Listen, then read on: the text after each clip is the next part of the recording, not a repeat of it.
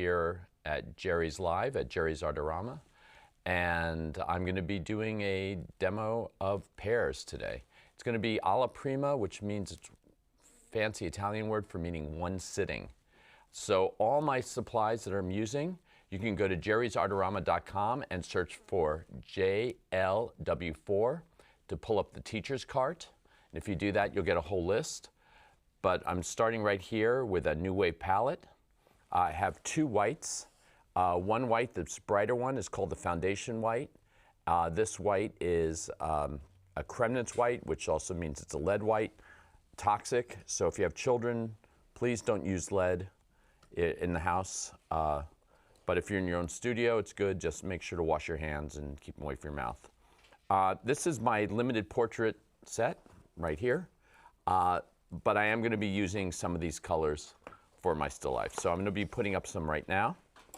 And the first color I'm going to be putting up is black, ivory black. I know they always say don't use black, but I love the color. And for those who have seen me in other videos, you will know that I am a proponent of being expansive in my uses. And I think of black as a color because I'm thinking in terms of paint, and not as in a scientific term in the absence of light. I'm using burnt sienna right now. I'm just going to list the paints as I'm using them. I'm going to use raw sienna right here. And remember these colors, it's often what is in a name. So burnt sienna and raw sienna are dirt from the town of Siena, one burnt and one raw. And on this side, so that's going to be it for this. I'm going to use Viridian.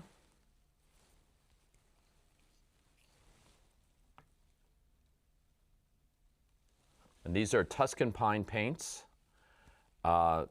which is a line developed in-house at JerrysArtarama, and they are my favorite paints. This is a beautiful cinnabar green. And I'm going to be expansive with my colors. I am not going to be doing a limited palette painting. I'm also going to use the Wellington Vert Noir. I think this might be the dark. Oh no, it is the dark. And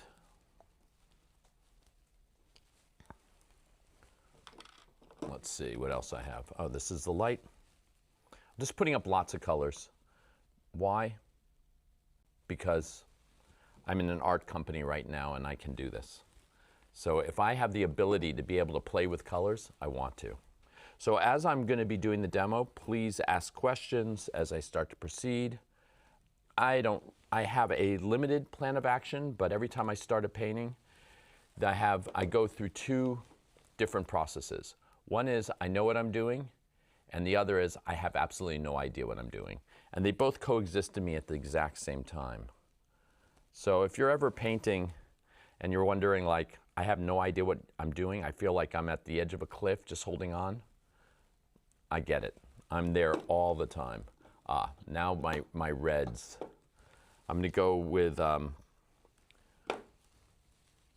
with this color, which is what is it? The cadmium burgundy. I love this color. Put that right there. Probably going to put more. It's like a very dark red. I'm going to use a little bit of alizarin crimson.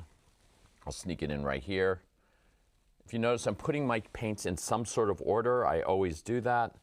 I put out my paints very much like I'm working in a kitchen, and I'm putting out my spices or my chopped shallots, the mise en place. Right now, this is a cadmium orange.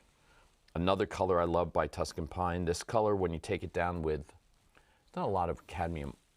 I'm sorry, that's a cadmium red and a light, and this is my cadmium orange. Very little orange in there, but I'm just going to put a little on my palette.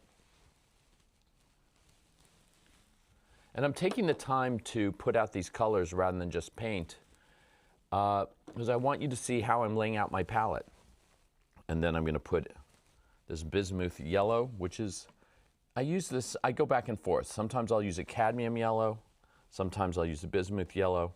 It just depends. But this one hides itself a little bit better. And this is a Naples, this is Naples yellow. Just sort of a beautiful, oh, take that out. A little bit of oil there. Some of you know my trick. If you ever get oil in a tube, just knock it down like this. And then, voila, it's perfect. All right. So I'm going to start painting. And I have two pairs, a green one and a red one. We searched all throughout Raleigh. I shouldn't say I did, but the great artist Emmy did, and she found the right pairs. So the first thing I do is address the still life. Hello, still life. Let's get started. I'm going to start with my dark colors, and I have two mediums here. One that's a little bit more opaque, and one that's a little more washy. And I'm going to do this. There'll be a list of the mediums as well. I'm just going to draw. And think.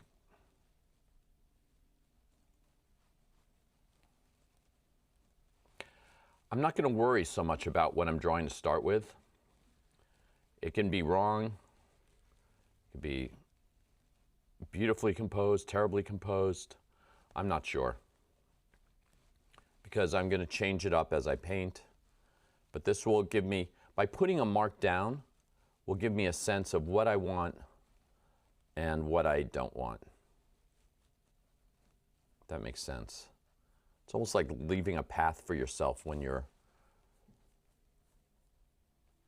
walking in a trail so you don't get lost.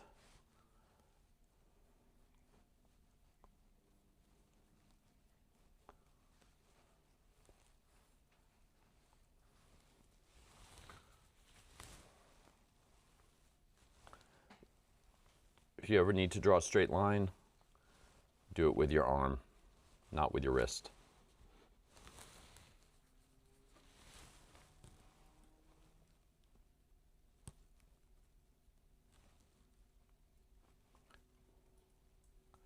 You can see, so when I'm working like this, I'm taking, I actually darken the brown with a little bit of black, which makes it almost like a burnt umber. And what I'm doing here is it's almost like I'm working like it's charcoal. And if I don't like a line, I would just leave it there. But let's say I didn't like a line, I can use it to wipe away, to ghost it out. So you can just really play and not be married to anything that any decision you're making right now. You can just sort of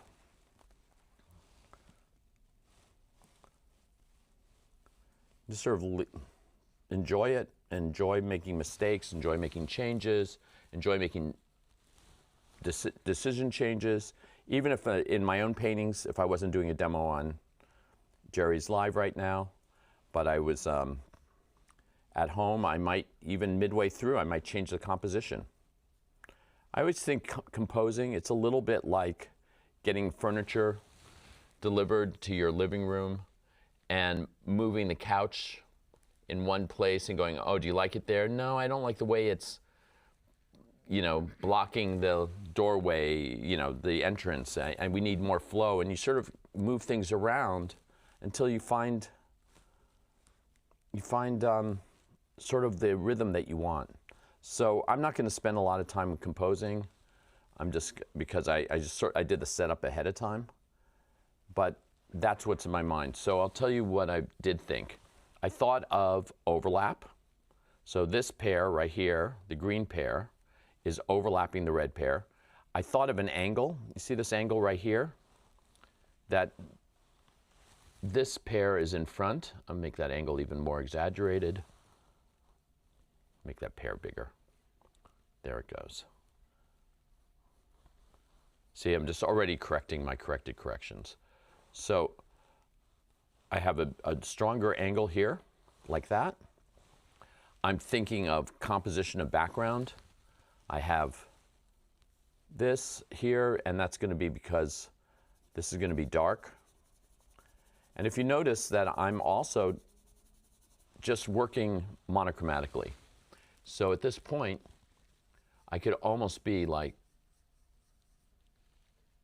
being like a charcoal drawing. And I really want you to think like that. Because a lot of people are scared of oil paint.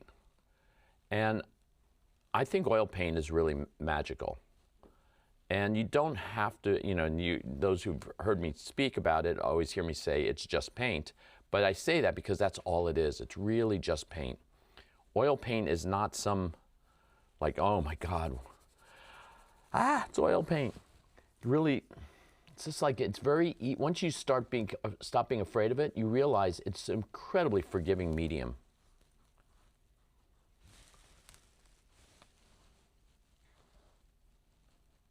So here I'm blocking in shadows. And again, for anybody that's listening that have questions, I will answer them in real time, which is something that you don't usually get, excuse me, in my other videos. In choosing the pairs, excuse me, I was thinking of pairs with character. I sort of, whenever I'm doing a still life, I like to think of these objects like people and the type of personalities they might have. How is one pair relating to another? I don't know if how important this is for you or for a viewer, but for me, it makes it more enjoyable if I think that makes it much more enjoyable if I think that they have some sort of personality, some sort of human attributes.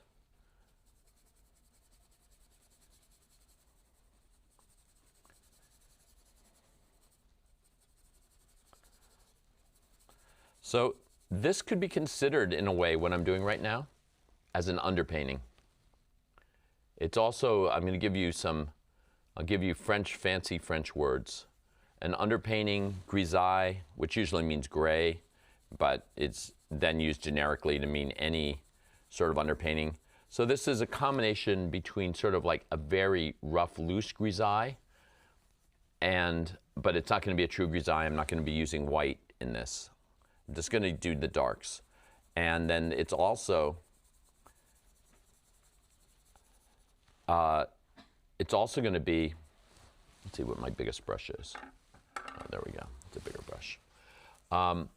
It's also going to be another French term, ébauche, which is French, it means wash. And this was a technique that was used by, you know, thousands of artists in the French academies. And the ébauche stroke, you could see it in certain Davids, Ingres, the French artists of the 19th century. You could see it, of course, in American artists like Sargent and Eakins and countless other artists. But it just means it's a washy stroke. There's a lot of medium in it. It's thin, and I'm doing this. And you can see that in just working monochromatically,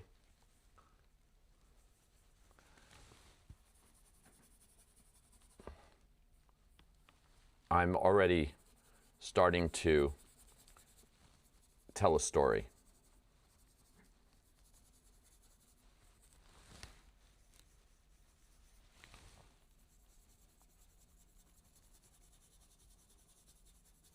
Let's cast shadow.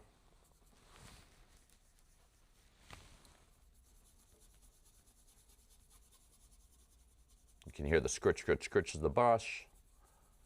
So I'm working fast on my ébauche strokes. I will continue to correct my drawing because that's what I do. I just correct and change until I get something I like. And here, this is not the edge of a table. Actually, the edge of the table is a little bit further, but I'm going to bring this as the edge of the table so that for compositional reasons. So when I'm painting from life, it's kind of a half-truth. I mean, sometimes I'll paint from life and I'll try and get everything right, but sometimes I shape nature for my own ends. So I would rather have this be a dark here for compositional reasons. So there is a board that ends like this, that the pear is on, but I'm going to do this.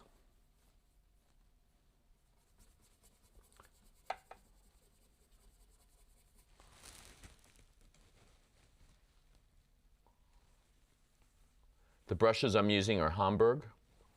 They're brushes that are sold at JerrysArtarama. This one, I think it's called the Hamburg Premier. It is a synthetic brush that feels very much like painting with badger hair.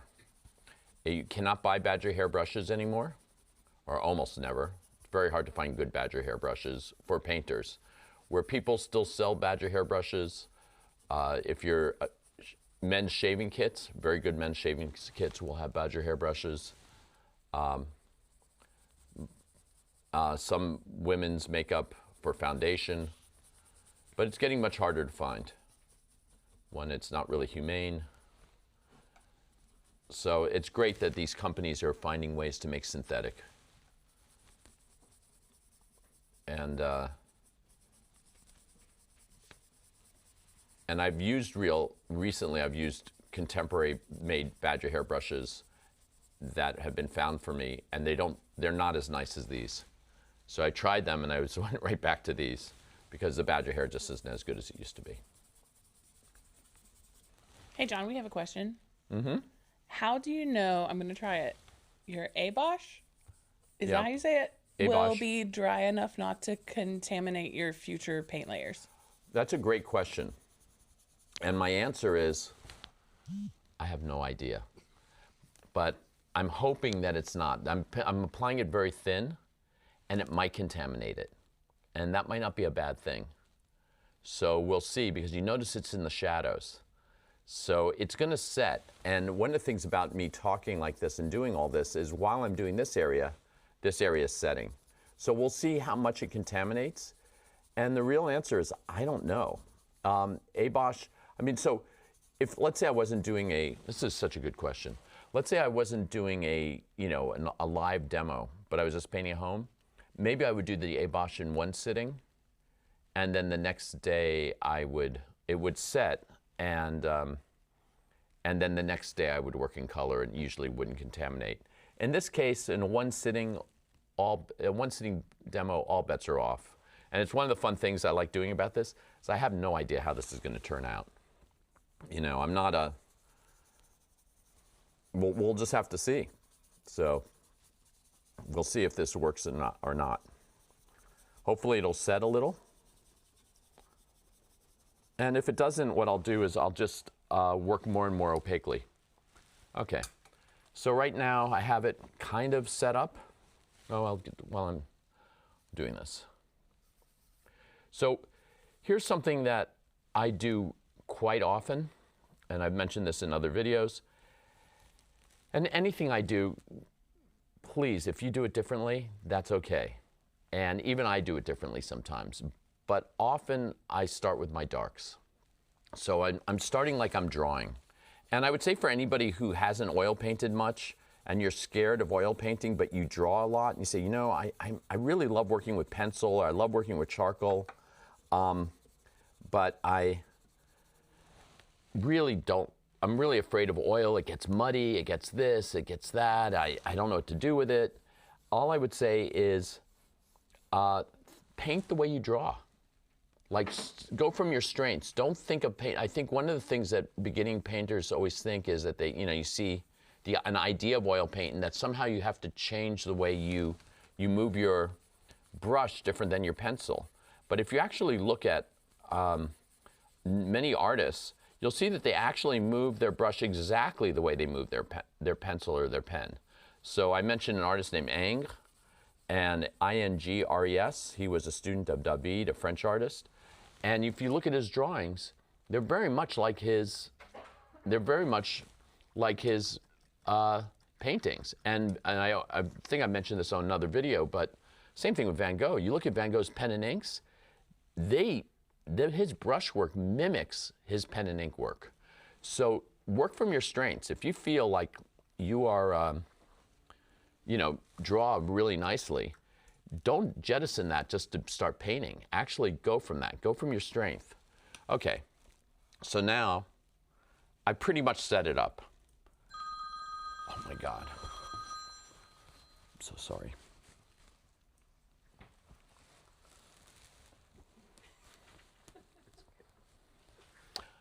Real life stepped in. I'm not answering it. So, I forgot to put it on silent. Now if I just didn't do anything else but this, we would have an idea what the painting is, ish. But now we need to go to the next level. So now I'm going to just try and redo my drawing a little bit. And I'm going to say that my truth is not going to necessarily be, it'll be somewhere. You notice that now I'm going to be drawing a little bit more carefully. Do you see the difference? So my truth is always going to be somewhere between reality and me in the moment. And that's exciting for me. Different artists are different ways. Some artists feel the need to be exactly what's in front of them. I feel it a little bit, but not quite all the time. Okay, so now I'm going to establish a green shadow. I have no idea. And if you think like, okay, John, what colors what are the right colors to paint this shadow? That's what I always get. What is the right color for this? And my answer is always the same. I don't know. I don't know. This is the first time I'm painting this pair, and I'm just going to throw down a color, and I'm just going to know that whatever color I do, it's going to mix here. It's going to contaminate, and I'll just play with it and see, try different colors until I find something that works. And remember that this is so important.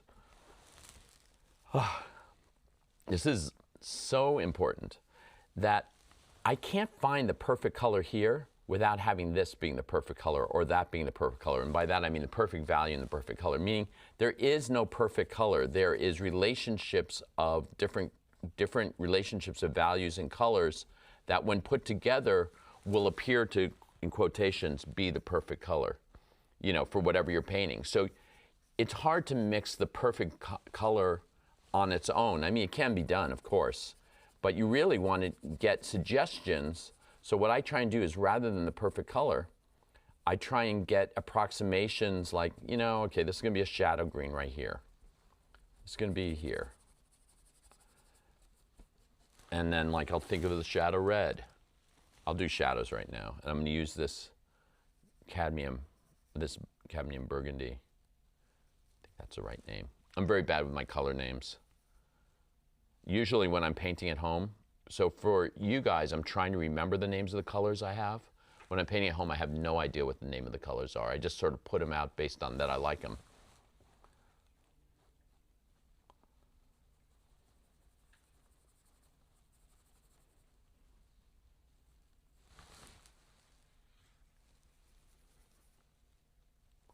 I mix black in here. I could go on about black, and I have. For anybody who wants to hear my defense of black, there's a whole video on it, whole color I developed based on it. For those of you who feel you shouldn't use black, do not use black. But for those of us who love it, use it when you feel like it. And now if you say, well, John, do you always use black in your paintings? And I'm going to say, no. No, I've sometimes done many paintings where I'm painting black with mixed blacks. One of my ways of mixing blacks are a dark blue, like an ultramarine blue, and a very dark brown. like sometimes a transparent brown oxide and an ultramarine makes a really good black. But sometimes I just want to use the color black. And of course, black was used by every old master you've ever admired, you know, from Bruegel to Rembrandt, to Goya to Velázquez, to, you know, all the way hundreds of years. So it's a choice. There's no right or wrong choice. It's art. If someone starts telling you about wrong or right choices in your art, be suspect. Art is one of those few areas. Art is one of those few areas where you can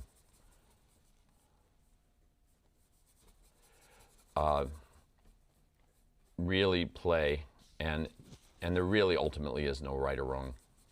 People have opinions, people have taste. That's all it is. They'll make it seem sometimes like their opinions or their taste or what comes out of their mouth is the right thing, but try and know better. Just know that if you're liking it, you're doing it, it's got to be right. You'll know what's right or wrong for you. You know, you go, yeah, this doesn't feel right, let me change this, or this feels great. You're the one. No one else can tell that. It's something, by the way, I'm telling you, but it's something I have to tell myself all the time. Because, you know, I'm a New York artist, and I've had people coming to my gallery, to my studio, you know, gallerists have come to my studio, and they've told me, your paintings are wrong. You should paint more like this, or you should paint more like that, or you should do it this way or that way, or this is what people want right now, or this. And it's very convincing. But, you know, you got to think, what are you doing this for? And if you do, and if what they say feels true to you, then you do change it. But if it doesn't feel true, you can see I'm almost doing an embossed stroke here. Right now I'm just getting the background in. I'm taking ultramarine blue, a little black, just so I can blue it up a bit. Get that cool. And the reason why I want that cool is because I have that warm embossed. And so, a caller asked about contamination. I'm enjoying my, whoops, it's too light. I'm enjoying my contamination, which is the brown picking into it, because it creates something surprising that I didn't expect. Hey, John. Yeah. Cheryl has a question. She said, do you have any helpful hints for keeping track of where your light source hits multiple objects? She finds that her light drifts a little bit as she goes. By the end of her piece, the slight drift becomes noticeable. Interesting. That sounds like something that would happen to me, first of all. So I feel like I would have the same problem. So I guess my answer for myself will be, I keep observing and keep getting myself back on track. And again, this is so my life, but my life as an artist is spent correcting my corrected corrections. I'm not an artist that gets it right. I'm an artist that gets it wrong. Looks, goes, oh, wow, I got it really wrong. Like my light source kept drifting, and then I will go back and try and reassess and recorrect. So I think it's about just keep looking, keep observing, and being, and understanding that making changes is part of the process. And every artist, no matter how great you think they were and how perfect, they made changes and adjustments. There's a Rembrandt self-portrait in the Metropolitan Museum of Art. He painted it in 1660, I think. And there's a cinnabar green. Let's see what this looks like. Put this right here. Ooh, nice. And he painted the hat on his head. I'm gonna make up a number. You can go and look it up and you can correct me in the comments, or you can look it up right now and tell me I was wrong. But I think it was like 17 or 18 times the hat on his head of the self-portrait at the Metropolitan Museum of Art. Again, this is Rembrandt, Van Rijn. And he changed it up so many times. And here, this is Rembrandt. And they know this because of all the x-rays. So my thoughts are, if my light source keeps shifting, I would just keep looking and then make corrections on it. The other thing I could do too, while I'm at it, is I could just check, like I could put my highlights, like I'm just gonna do this right now. I could say, oh, a light source is hitting here. A light source is hitting here. And wash this brush. And I could say, for my red, let's see.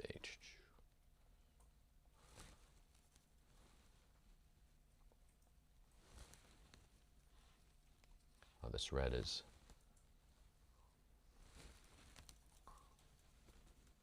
mixing two different reds to try and get this light. I could say, oh, my light source is hitting right here, or even go brighter, right there, or even go brighter here. Excuse me. Live television, guys. Coughing, phone rings, life gets in. You'd think I was professional enough to turn off my phone, get a drink of water and not cough, but I'm not that type of artist. I'm very, and by the way, I just put pink there instead of the green because I decided to there, and you know what? I don't care, because I could probably make an argument for pink there. Don't have to be that careful. Just don't. So let's do more. By the way, you notice now my paint is getting a little bit more opaque. It's not getting as, matter of fact, it's getting a little too opaque. I think I'm getting a little bit more opaque than I'd like. I would, in this situation, I should let you know I'm doing a little bit of a compromise. I would normally be holding my palette. My palette is my portable table, and I'd be painting, holding a palette sort of in front right here, so I could work, but I'm moving to the side, and I'm doing this for you, dear audience. This is all for you, so that you can see me mixing from above. The sacrifices I make for art. I cough with. Someone was wondering if you could talk a little about how you composed this still life, if you were using an S, O, or L composition structure, or if it was something else entirely. Something else entirely. I think I was thinking in terms of one object in front of another. I was thinking in terms of quadrants and movement. So at some point I am going to do a lecture on composition. But for this, I thought of the diagonal to bring the eye up, and then I thought of this cast shadow to bring it here, have this as a quadrant that's going to be lighter, this quadrant's going to be darker, and just sort of sectioning off areas.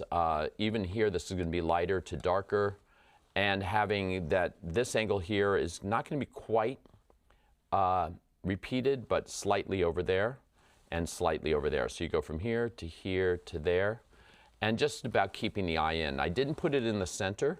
I put them both off, and with the stems, I had them, rather than this stem leading out or that stem leading out, I had them leading in, which in fact, actually, now that I'm looking at it, it's giving almost a triangular composition. So I think I'm working towards the triangular. It's almost like the Pieta, you know, and or a Madonna and Child. It's a very kind of traditional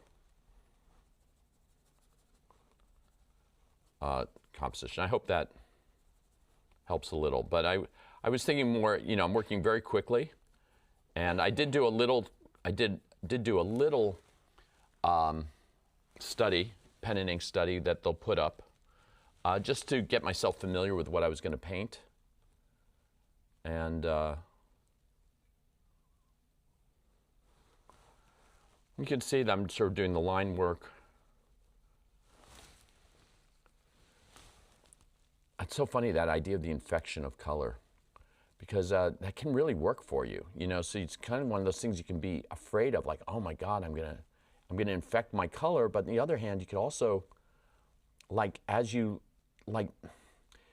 there is a way to pre-mix all your colors and sort of get everything right. And if you can do that, that's great. But there's another way of painting where you sort of don't know what you're doing or pre-mixing, and you get accidental, as Bob Ross would say, happy accidents. Copyright Bob Ross, don't sue me. but happy accidents. You can, you know, things can happen and you're like, oh my God, I didn't expect that. And it can be because of things like, you know, that it gets involved in the airbrush color and you're just sort of like, oh.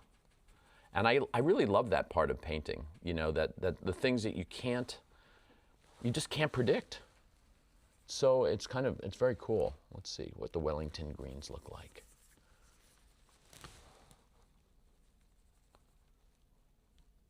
That's such a, am I allowed to enjoy my own color? I'm not sure. I feel like that's my ego going a little too out of control.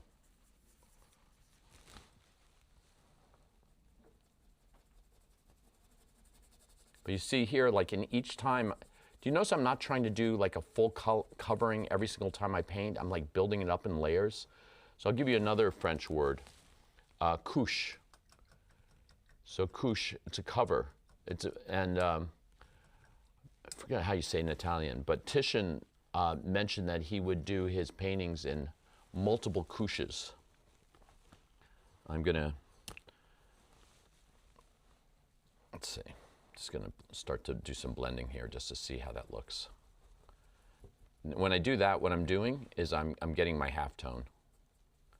And for everybody that knows with blending, when you blend, you kill your values, but you get other things. So it's a sacrifice. You lose value, but you can get like things looking rounder. See right now, I don't have a halftone there. I'm taking a brush without paint, I'm cleaning it.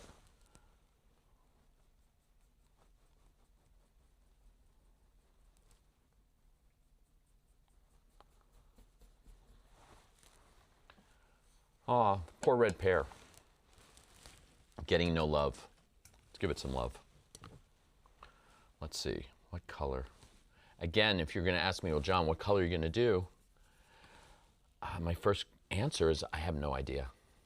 I'm taking the cadmium red light. I think in a perfect world, now that I see this pear, I'm actually missing a color. And the color I think I wish I had was cadmium red medium. But I didn't really think about it. And so right now I'm going in without any white. White and black, what they do to the color is they neutralize them, which is very interesting. So, but if you want the color to be at its brightest, you don't want to neutralize. So right now, so neutralizes and cools the color. You can see that. You see how that gets bluer? So I'm just going to put this color down. And again, I won't even be able to see this color until I see this color. Does this make sense? So you see this to this? If I spend a lot of time right now just trying to get this color perfectly, I'm wasting my time. Because without it seeing the color that goes next to, it's going to be irrelevant.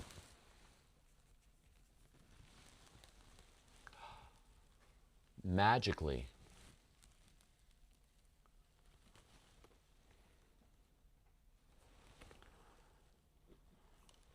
It's amazing to do demos in an art supply store.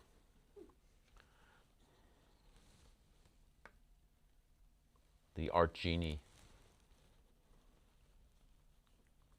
And for my next 2 wishes, finish this while I sit back. Thank you. All right, let's clean my blend brush. Let's see what happens here. Let's just see. Let's contaminate. I love this idea of contamination.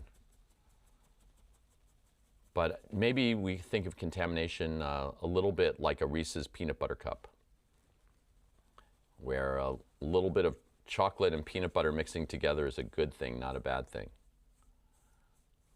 I think the thing to worry about most in oil painting, I mean, if anybody who's watching is like kind of afraid of oil painting, the thing to worry about most is the idea of I'm going to use the word muddiness.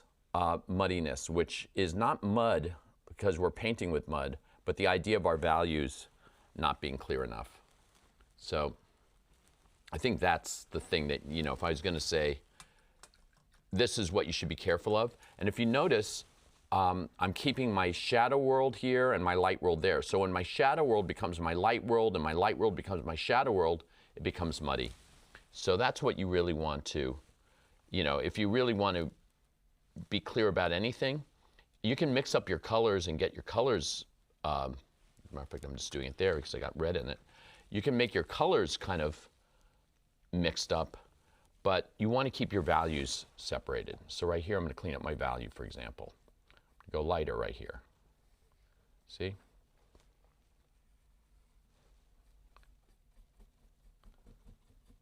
Clean that up between there. Right here, I'm going to go lighter. Forgot what blue that is. It's a beautiful blue. Let's see how this looks. Oh, not light enough. And that's the other thing I do, is I'm mixing in a circle. Do you see if you have an overhead shot and you're seeing me mix? I don't mix like this because it's not very precise. I mix it like I'm stirring a pot. So when you're cooking, you don't take your whisk like this. Take your whisk or your implement and you do it in circles. And I'm also twisting my brush and I make adjustments and I look at what I have and then I add. It's like exactly like cooking. I add, you know, you're making soup, you taste it. You go, oh, does that taste good? No, it needs a little bit more of this. It needs a little bit more of that. That's how I paint. I don't paint like where I'm always knowing exactly what I'm doing. I paint a little bit like the chef that's sort of always making it up each time. You'd think I should know what I'm doing, but I just don't. I kind of have an idea of what I'm doing, but every time it surprises me a little. So now I can start to see my value difference. And if I need to make this darker, this area darker, I go lighter. So sometimes if you're not adjusting values together, you could keep darkening this and darken and darken, and maybe it's about lightening that. So there's many different answers. Sometimes it's darkening this, sometimes it's lightening that. Something that you should always think about, if anybody's writing anything down from this entire lesson, this is what you write down right now. Your darks define your lights, and your lights define your darks.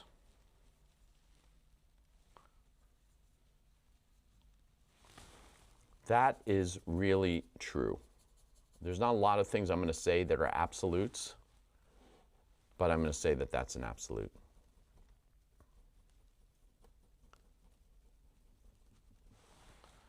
I'm going to now go in with darks here, speaking of which. I'm just doing this as sort of notations to myself of where to go. So you see I have this color right here, and also I'm going to draw with this. All right, that's a little too light, but I do like this color. So sometimes it doesn't work here, but then I'll think, oh, you know what? It'll work right here. At some point I'm going to get a sticky thing, so that, because right now I'm holding my palette because I'm moving it. I'm going to need to fix it.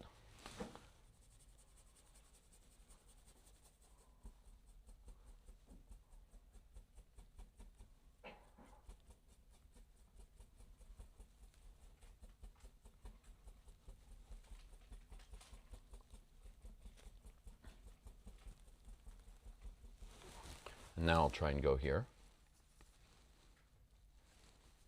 Please keep asking questions if you have them.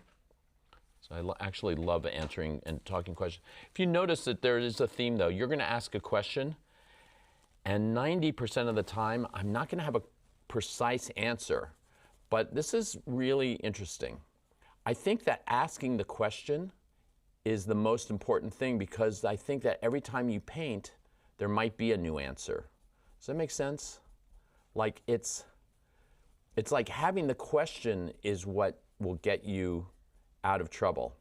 And as long as you go, well, what can I do, you know, to keep my lights consistent, or what can I do for this thing, or, you know, all these different questions that you have, is if you're asking that question, then you're going to solve it. Not asking the question means you're probably, it will be harder to solve. Okay. This I'm just filling in. Trying to get that line. Remember straight lines. Notice I'm not doing my wrist. I'm doing my whole arm. Get that straight line. I'm using rounds. Also, my brushes are relatively small. I like small brushes. Some people like really large brushes. Some people like flats. Some people like filberts or brights or whatever, every name for a brush. The way you find out which brush you like is by playing with different brushes and seeing what brush you like.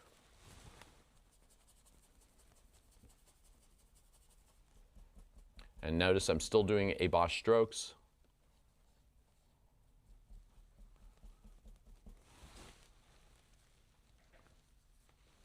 This is where I wish I had an assistant to come in and just paint this all for me while I had a cup of coffee. Say, have it done by the time I get back. Let me go in with pure ultramarine blue here. Actually, I'll do something, let's see what alizarin crimson looks like in that blue. So I'm using alizarin crimson. Alizarin crimson, guys, is not a light, fast material. I'm old school and I like it, but there are now pastiche alizarin crimson colors that look like alizarin crimson. It's not the actual alizarin crimson pigment, but in fact, they are, oh, that's nice. Even though it's not the pigment, it actually looks like alizarin crimson, and as opposed to alizarin crimson, it is light, they're light fast, and will survive the decades, where my alizarin crimson stuff will have some fading. So I should, if you ask me, well, why am I not using that then? It's probably just out of, habit, but I should. I like this color so much. Remember also, I'm just going to say this. Oh, I'm almost hesitant to say this because I'm going to hear people go, what? I don't think color matters that much. I think value matters more. And by that I mean, if you have the right value, you can use any color. And I know that sounds weird, but that's kind of how I feel, and that's why I like the work of Fauvis, that have like purple skies and orange trees and, that I think that, or Van Gogh, who like played wildly with color. I think that when you know what you're doing with your value, you just have a lot of freedom. Let's see. Speaking of value, one of our viewers is wondering how you got the green apple to absolutely glow, or the green pear to absolutely glow like that. Is it because of the value system? Yes, that's 100%. One, first of all, to whoever said that, thank you, because I felt like it's not glowing at all. So as I'm painting, I really can't see what I'm doing in a weird way. I know that sounds strange, but you know when they say step back from your painting and look? When I'm doing demos, I'm kind of not, I'm not stepping back as much. I'm not stepping back at all. And so thank you for even thinking it glows. I couldn't tell. But yes, values are what create a glow. Everything is about control of values. That's why, like in the old French academies, they had you drawing for 2 years before ever painting. They just had you working monochromatically, drawing off casts, and the reason for that was to understand your values. So all these artists like Degas and Manet and Monet, they were all in different, French academies, learning these traditional methods, and then once you learn these traditional, even Vincent van Gogh, he was copying the drawings of Charles Bargue. He was practicing. And so once you understand values, then you can really play with any color you want. But if you don't understand values, no color will save you. And I did a sort of a Van Gogh inspired painting where I just used whatever color I wanted. And it was really about that. It's really like, it's just so much fun. Once you realize that it's all about value, then you really can use whatever color you want. And you know, there's a wonderful American painter, Edward Hopper. And you know, if he had a shadow, like there's a painting that's at the Whitney Museum of American Art called, I think it's called Sunday Morning. Early Sunday Morning or Sunday Morning, I forgot. And he has a shadow of a fire hydrant, and it's just a pure wash of a ultramarine blue. That's it. And it looks great. I did have this coming off. I changed my mind. I didn't like the way that was coming off, so I'm changing it. See how easy it is to change in paint? That's why it's just paint. I had that going there, and I'm like, no, wrong. Wrong for me, so I'm just going to do this. This is a true airbrush stroke. I love jargon. You know, whatever thing you're into, there's always going to be jargon. You know, if you're a nurse, you know, it's like, who's charged tonight, right? That means who's the head nurse. Yeah, I learned that because I watched The Pit. You know, if you're into archery, like you have a compound bow, do you have a long bow? You know, what type of bow are you? Bare bow, you know, fletching your arrows and all these different terms. I, of course, shoot with a recurve bow. Fred Bear is the maker of my, I shoot with vintage recurve bows made by Fred Bear, with names like the Grisaille or the Kodiak. They're great bows. But you learn the jargon if you're into archery, or if you're into hockey like I am. You learn the jargon. And in art, there's jargon, or music. And it's good because it increases the vocabulary specifically for what you're doing.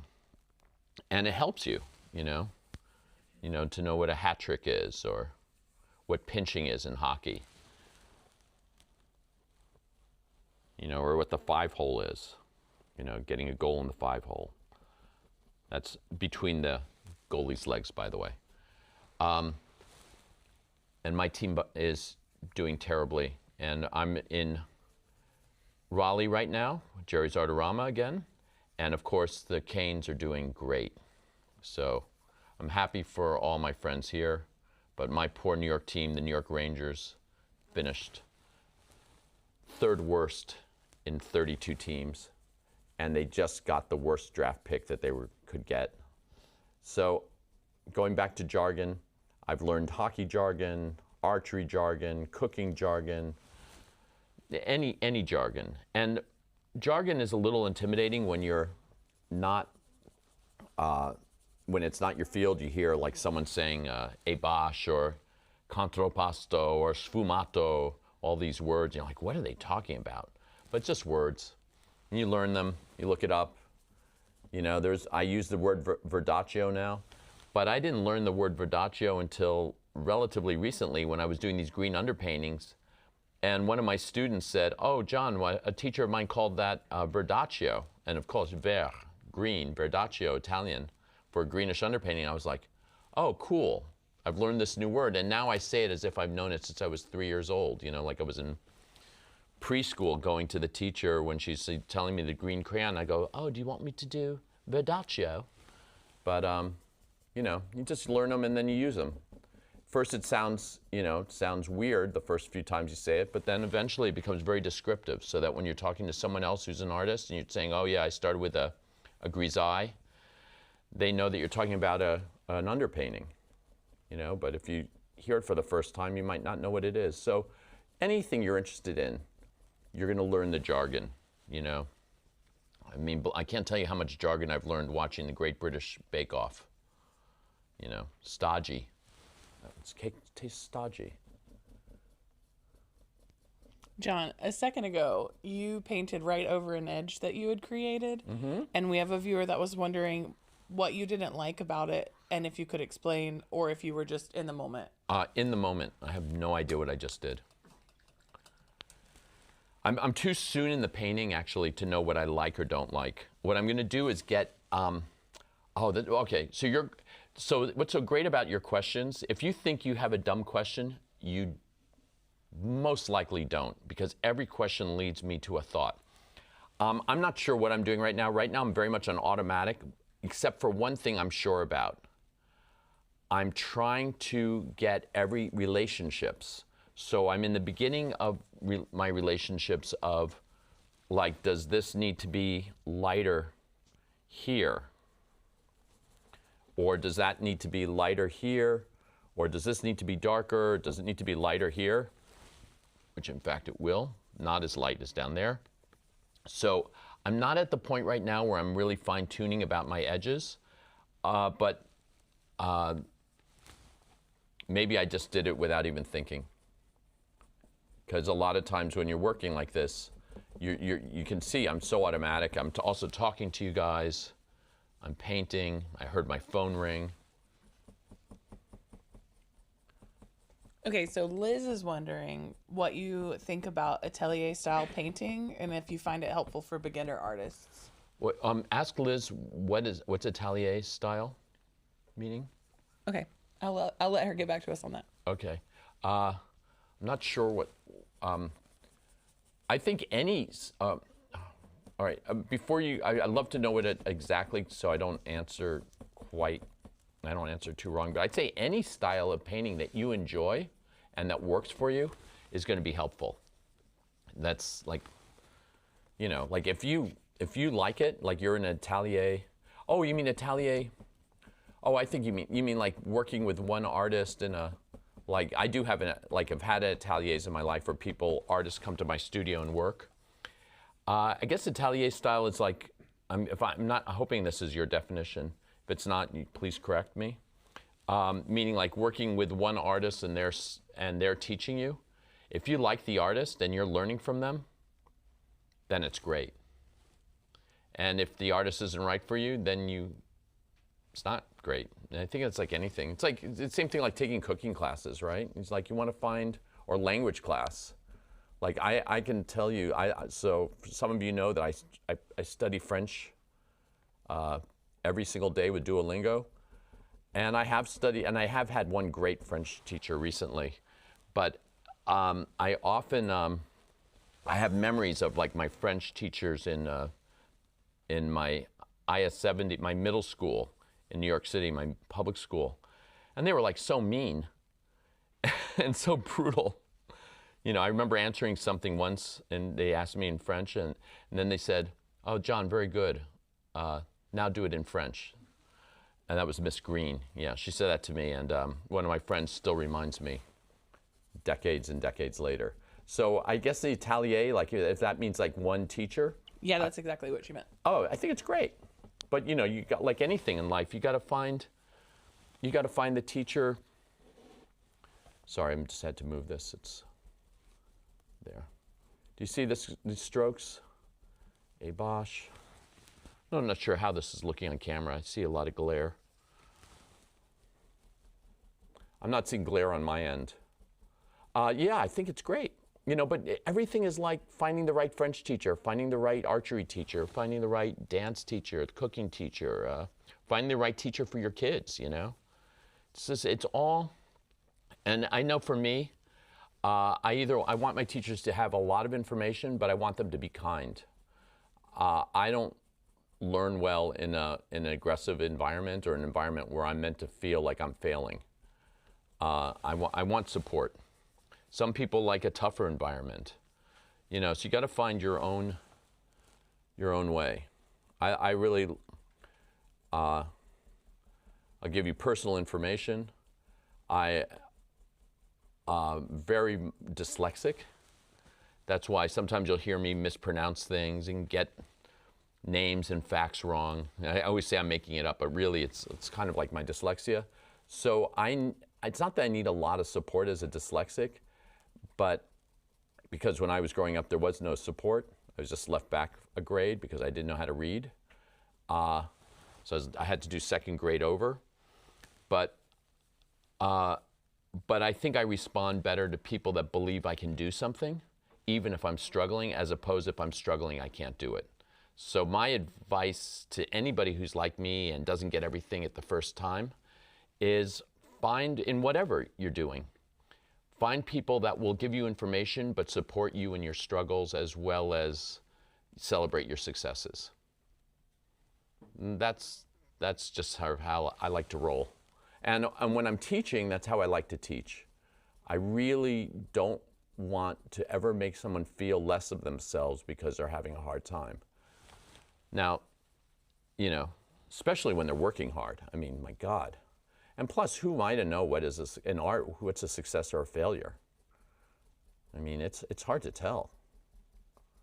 You know, if someone's working with all their energy, I mean, look at your children's work. Like I have a 5-year-old daughter, Elodie, and you know, I see her work bring home, and she'll go into the other room and she'll come back. She'll go, "Dad, I drew a castle for you," and I love it. You know, and there's no perspective in it. There's no, you know, it's not how I would draw a castle, but it gives me an incredible amount of pleasure. And I'm not going to go, "Hey, how come this turret doesn't have this?" or "How come you didn't get the ellipse right?" You know, it's kind of like, who cares? It's like, it's just beautiful. So, you know, it's part of like one of the things I like to, you know, as I'm teaching and doing these things for Jerry's is, you know, some of it's technical, but really what I'm always hoping to teach you guys is people that are judging you too hard, or telling you you're wrong, or what you're doing is wrong, or you're doing the wrong thing, or you shouldn't use black, or you shouldn't do this, or you shouldn't do that. It's like, you can listen to them, but don't listen to them 100%. You know, if they're very opinionated, listen to them a little. But, you know, listen to also your own enjoyment. Listen to, like, you know, you're doing this because it's giving you pleasure somehow, or it's filling a need, or it's giving you it's like a way of meditating, whatever it is. There's something going on. And listen to that part. While I'm talking, I just should know, you see, like each time I sort of build it up more. And I am going to correct a little, give it a bottom here. Great thing, and I push, and you've heard me say this too, but I push the paint around like it's clay. It's not written, nothing I'm painting is written in stone. I'm not sculpting in Carrara marble like Michelangelo. Here I'm making it darker. I'm going to do this. Oh, this is not going to be light fast. Black and alizarin crimson because I want to do this cast shadow. Oh, yeah.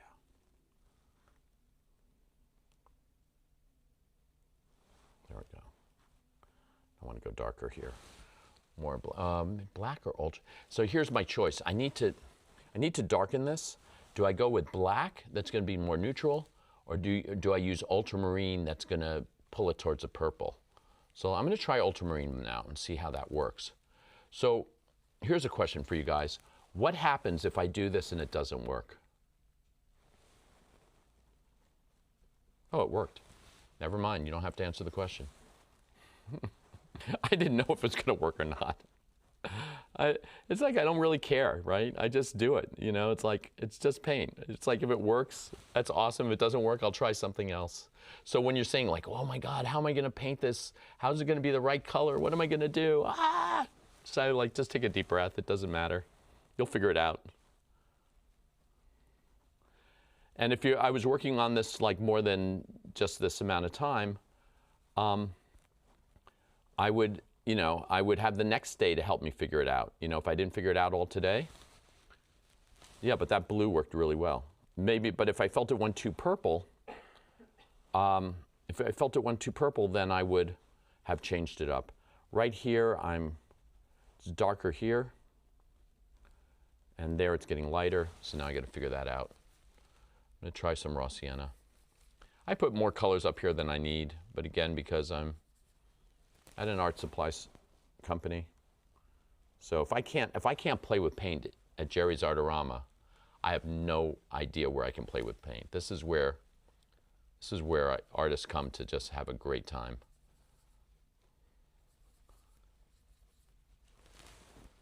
I love coming down here.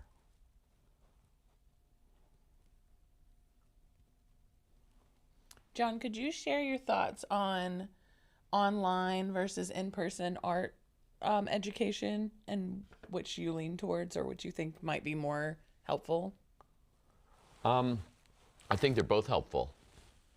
I think they're, so I think in person is great because, especially if you're with a teacher you want, because especially like group classes where you not only do you learn from the teacher, but you learn from the other students. And you get to see, you know, and if you allow a teacher to paint on your painting, you get to see their hand moving.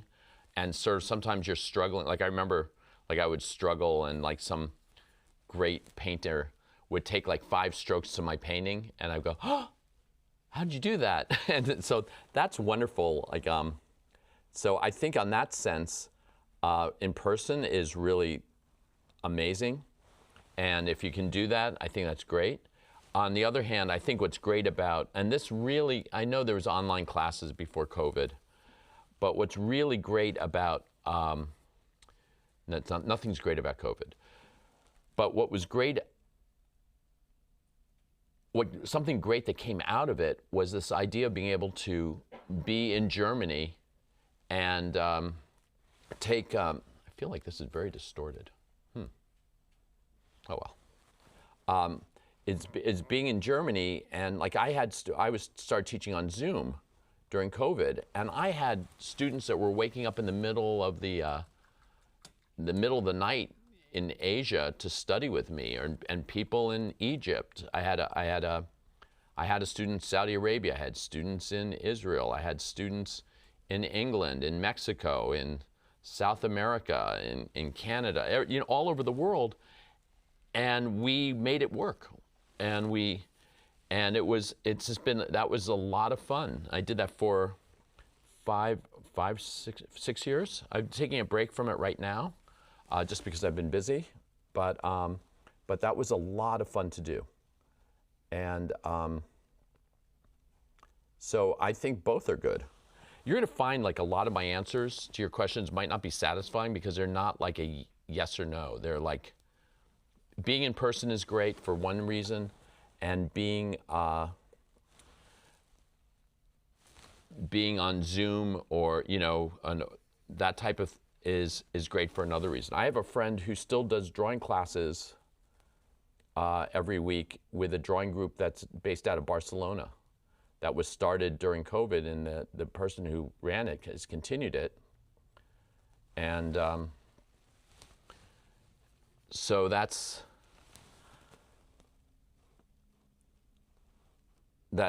something that you could just do. And I mean, you know, like everything in life, there's so much yin and yang. And, you know, there's all these negatives that are coming out about social media and everybody, you know, not being able to relate, everybody being online all the time. But there's also positives too. And that positive is being able to say, oh, there's this artist, you know, works out of Germany, and I want to, you know, I want to study with him, and you can. So both. Boy, am I wishy-washy. Charlie Brown, you know, wishy-washy.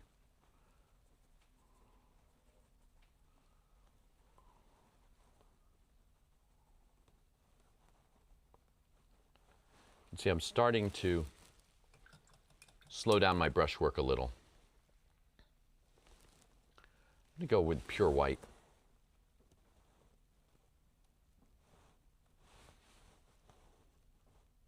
Now, there's not pure white there, but I'll knock it down with some color.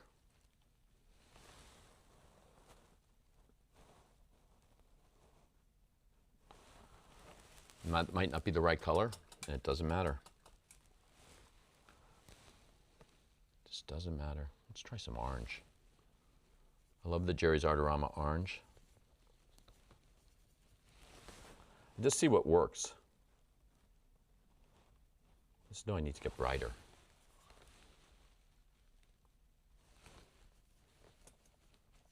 Any more questions? Nobody wants to know my middle name?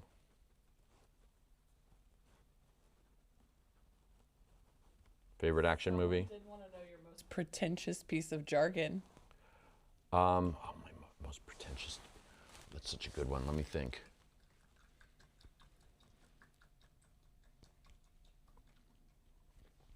See, the European words don't really.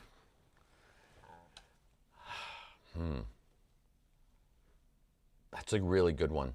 I have to think, because I am actually, have anybody's ever read certain art magazines that write in postmodernist style prose?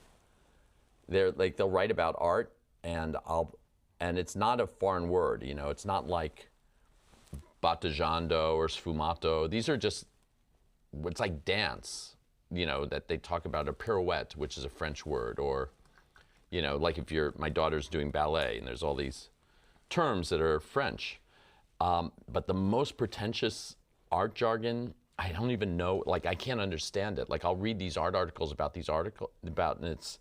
the semantic words that they use are so foggy to me that I can't understand it. So the answer is they're out there, and I just can't bring it up to mind. But if you pick up certain art magazines and read about contemporary artists, it's pretty funny.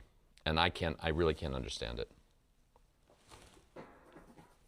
Another question that we have is, what are you trying to establish now in your painting? I want it to look half decent.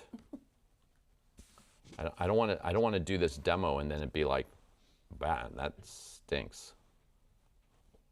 So I'm trying to establish some color. I'm trying to establish my values. I know I'm going to have to go darker here now to make that brighter. I know I'm going to have, so I'm pushing my values. And pushing some color. So right here, I need to go brighter.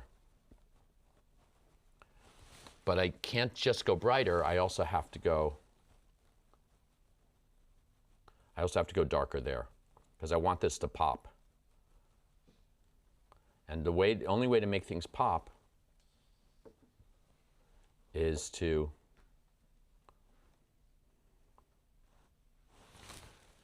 push values. So that's what I'm doing. The correct answer probably would be, I should be correcting my drawing right now, because my drawing is a little funky. And on the screen, it's tilted. So not only is my drawing funky to me, but it's distorted and funky to you guys.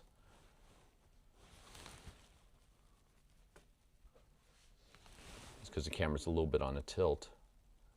But I can sort of like correct my drawing like this. You see, like I can.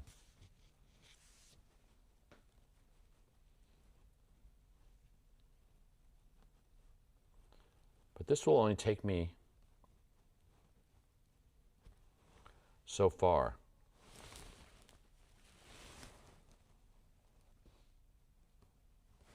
And now I'm going to take a big brush,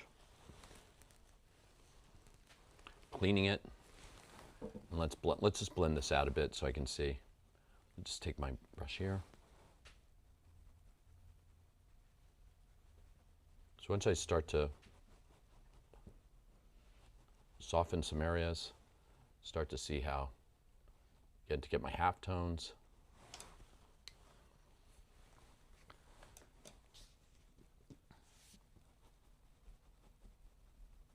John, we're about at the halfway mark. Do you want to take a 5-minute break? Sure, I'm going to do a 5-minute break in about 2 minutes. Okay. And guys, think of more questions. They're all good questions. Always apologies when my answers seem to be non-answers. I don't mean that to happen. Well, we do also want to know your middle name and what's your go-to medium to mix your paint. All right, my middle name is Gregory. So John Gregory Wellington. And my go-to medium is, well, right now I'm using a medium that's going to come out for Tuscan Pine. And it's called Svelte. It's not yet available, but I love it. And I was using a different brand of a medium for a different demo I was doing. For anybody who's interested, I filmed the eyeball demo. That is right. It is filmed. It is in the can. Now the numerous editors and the people that do magic and take all the ums and ah and and ah out, they'll take it out and they'll make me sound almost intelligent. And so I used a different medium yesterday, and I was like, no, I want to use the Tuscan Pine medium. Unfortunately, it's not quite available yet. It will be. It's awesome. I love it. You will know. And my mineral spirits is also Tuscan pine. And here's the other thing. I actually use Tuscan pine all the time at home, all my paintings. If you ever go on my website, not the older paintings, but all the newer stuff, it's all like the bright paintings are all done with Tuscan pine, all my recent work. And the reason for that is I just really love the paint. I'm going to do one quick thing here, and then I'll take a break. So you see this area to here? The values are too similar. So how do I make this brighter? Remember that one truth I said, your darks define your lights and your lights define your darks. Now I could keep going brighter here, but I'm not going to. I'm going to do this. I'm going to mix some blue with that green. And if you're looking overhead, it's like, they're just like pools of color. I don't even know what I'm mixing. I'm just trying things. And I'm just going to try and go darker.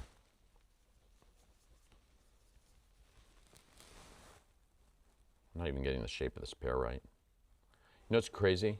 No one will know that I got the shape of the pear wrong. Except for you guys.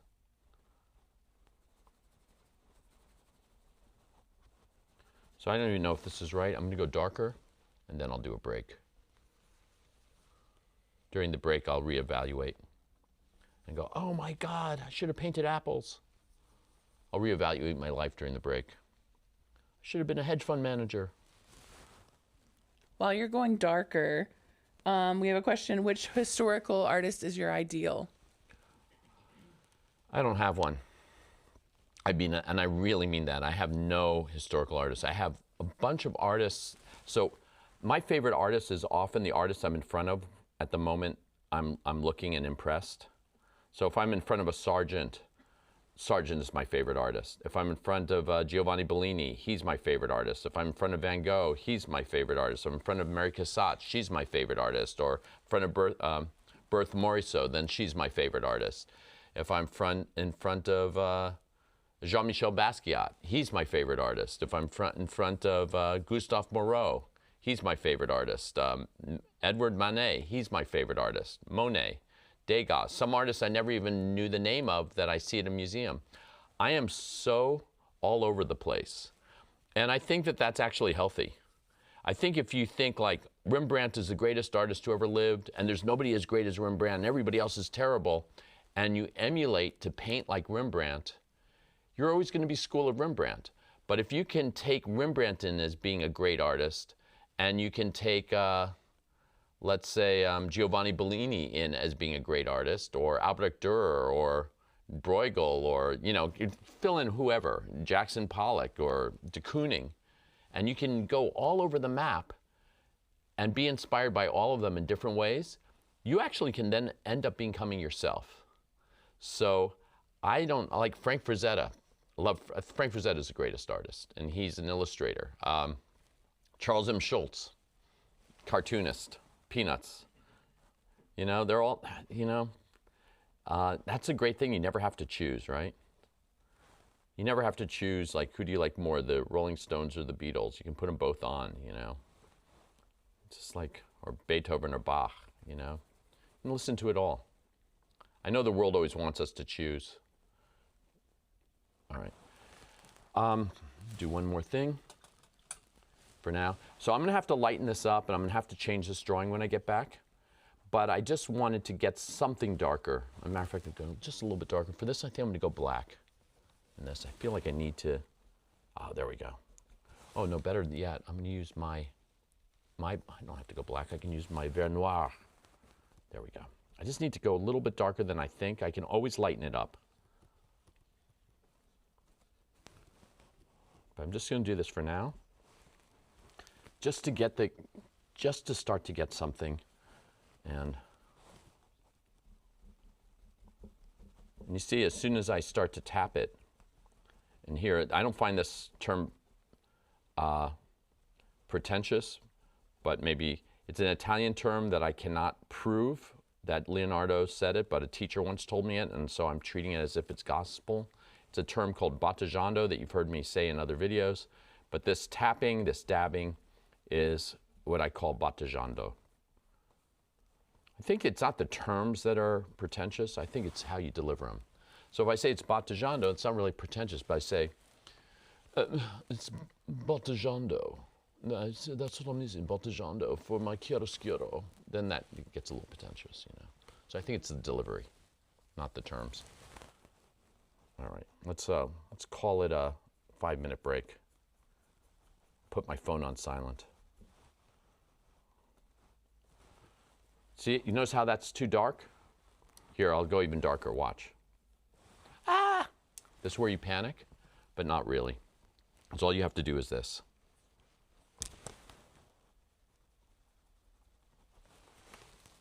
I'll take another brush, and you just knock it right down. See? And then all of a sudden it works-ish.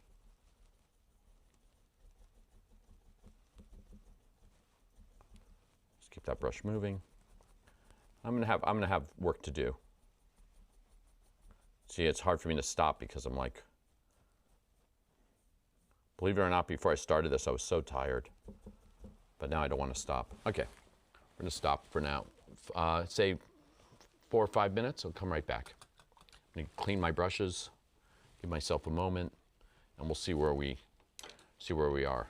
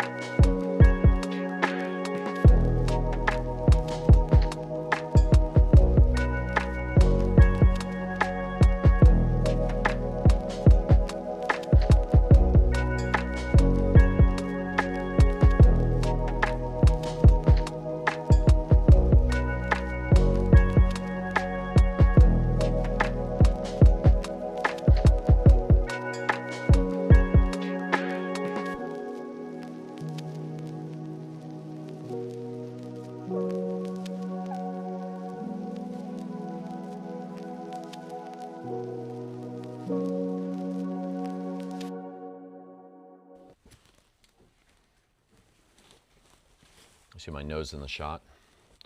All right, I took enough time to look at this and go, ugh. So now what I'm going to do is I have everything in, right? I have green, red, some background. So now it's about just trying to make it look okay. So one thing I see right away is I need a highlight. So I'm going to put a highlight right here. I need a brighter highlight. So less medium, more paint. I need another highlight right here, right there. Now I'm going to start. I feel like I need more darks. So I'm going to do that, rather than using black, I'm going to use that ultramarine and my darkest red, which in this case is the alizarin crimson, right here.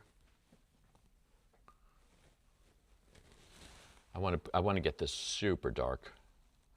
Again, it's like, it doesn't matter if it's red or.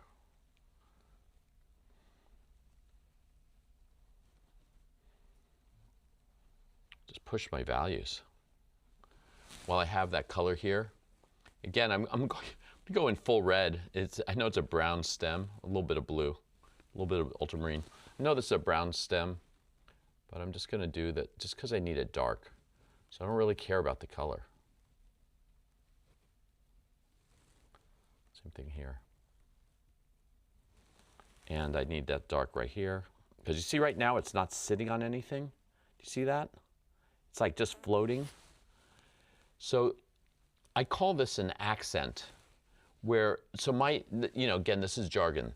This is so it's just my made up term where and this is my definition of it, an accent is sort of like a darkish line that defines where one object hits another. So in this case, the pear is hitting the table, or right here. And so I'm just putting that accent right there.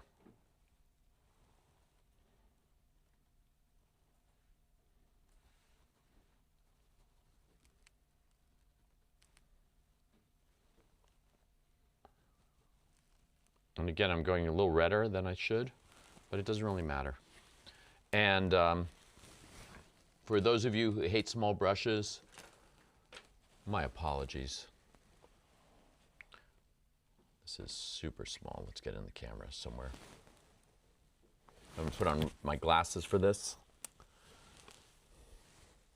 And I'm going to see, I have this green paint here. I don't think it's the right color. I'm also going to use a mall stick if I have one. Thought I had one. Oh, there it is. A mall stick. Mall means paint.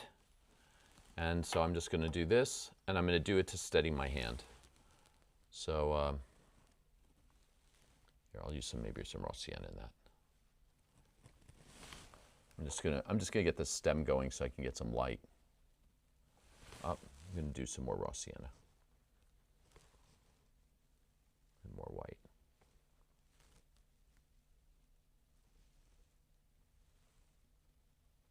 And this is very impasto paint. Impasto is another term, like impasto, thick. Think of Leonardo da Vinci, think of Lucian Freud, another artist I love.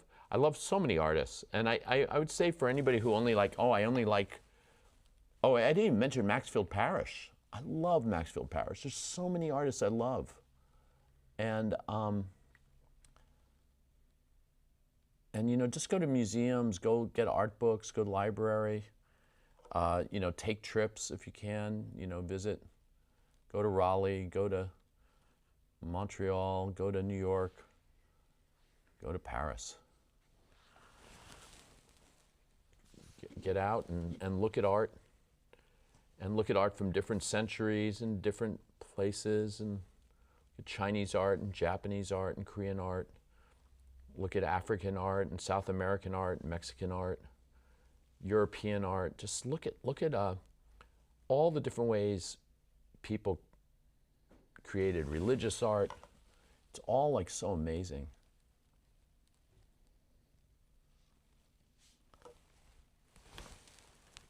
This step, John, yeah. sorry, we have a question.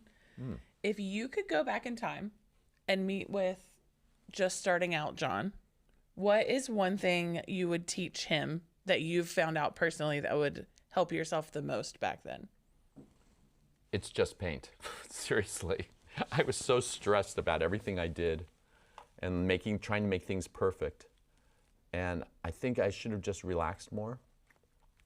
And also, don't take everybody's opinion so seriously. I think that's the other thing. Everybody has an opinion. And I think I would have just been like, yeah, that's the way you feel. And move on. But really, I think just not taking the oil paint so seriously. Just realize the act of doing it, if you're painting, if you're not forget painting, if you're creating, you've already won.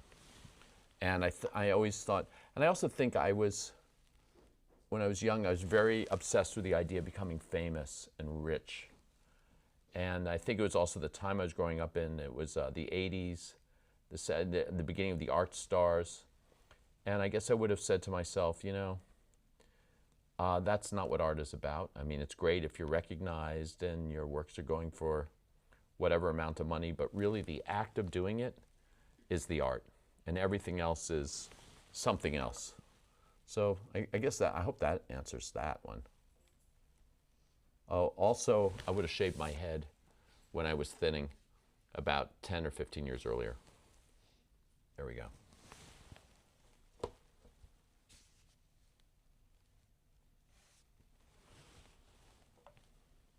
And then how do you know when a piece is finished and you're done tinkering? Oh, greatest question. So the main answer is I don't know, but when I'm tinkering, it's finished. The moment I feel myself tinkering because I'm afraid to work on the next painting, and the tinkering is not improving the painting, but it's just kind of like fear of starting, I know it's done. So the word tinkering is actually the word I use when I realize I'm finished. I'll say, oh, I'm tinkering right now. And once I realize I'm tinkering, I know it. I'm just afraid to start the next painting. And you heard me use the word afraid.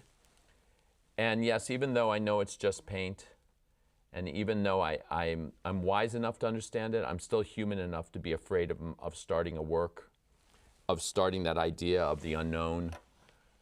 Even tonight, you know, I have to paint for you guys live, and you know, I don't know I don't know if this is going to be a good painting or a lousy painting or what. I won't know until I won't even know when I put down my brush. I won't know until I step away. And you know, whatever it is, good, bad, in a way, it kind of doesn't matter. It's just like I'm doing it. But there's always a fear. Always. In the beginning. And then at some point you just were in the midst of it. But don't you find that with like so many things in life, when you're about to start doing your taxes, you start doing anything, do you ever feel like, oh, how am I going to do this? And then at some point you're just doing it, you know? It's like time to clean the whole house. And you're like, oh. And then you get into it, and next moment it's like you got to go eat dinner, but you know, you're in a zone. All right, let's see. So I just use a very small brush to do very small things. They're not finished yet. I'll go back into them, but I just wanted to get some lights out there. Now I'm going to evaluate. Say I need a light there. Oh, wait, wrong brush. Well, since I used the wrong brush, let me just use it.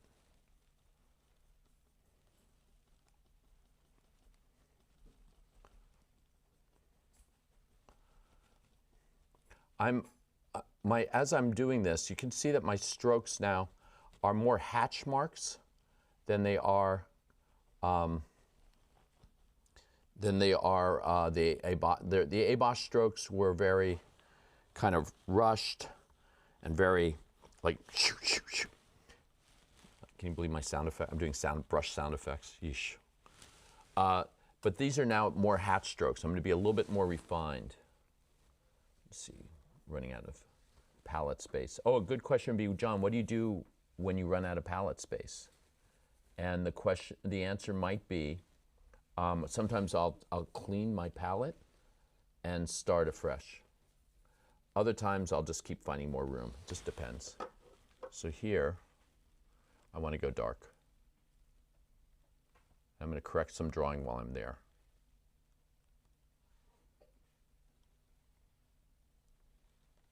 Now I'm thinking about my edges. So when artists talk about edges, or when an art teacher talks about edges, I should say, they'll say, you know, maybe they'll say that this edge, this type of edge, or that type of edge. And my answer is always, the right edge is the edge that does what you want it to do. So it can be a hard edge, a soft edge, a blurred edge. It just depends. So here, you see I want to go darker. Why? Because my darks define my lights, and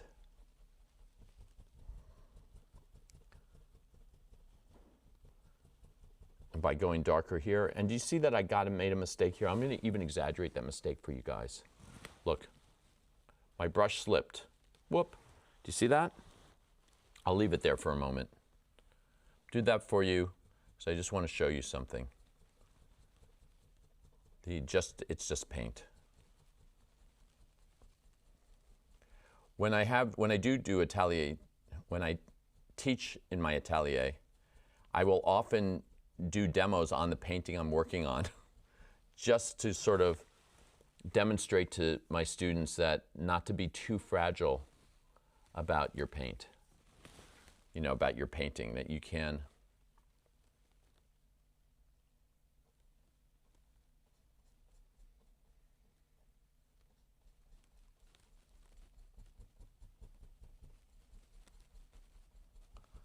see my covering is getting a little bit, take a hair off. Okay, so you see this? Let's get rid of it. We'll get rid of it in post. Just kidding. Photoshop, right? Procreate. Well, we don't have Photoshop or Procreate here, but we do have a brush. We have a man with a plan. I'm just going to do this. There we go. Done.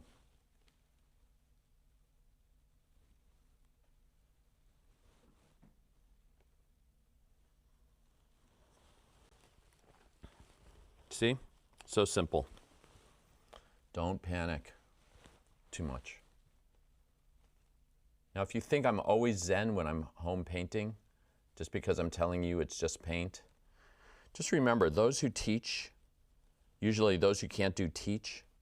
So don't think that I'm always zen. I have to always tell myself it's just paint in order to keep going, because sometimes I am like, oh my God, what did I do?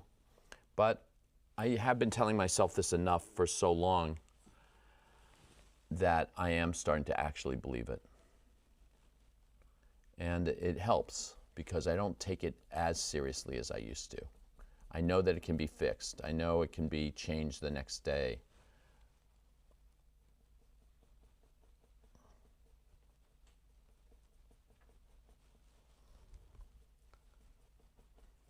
All right, I want to get darker. I'm going to go darker here. I went darker there just so I could get darker there. And why do I want to go darker here?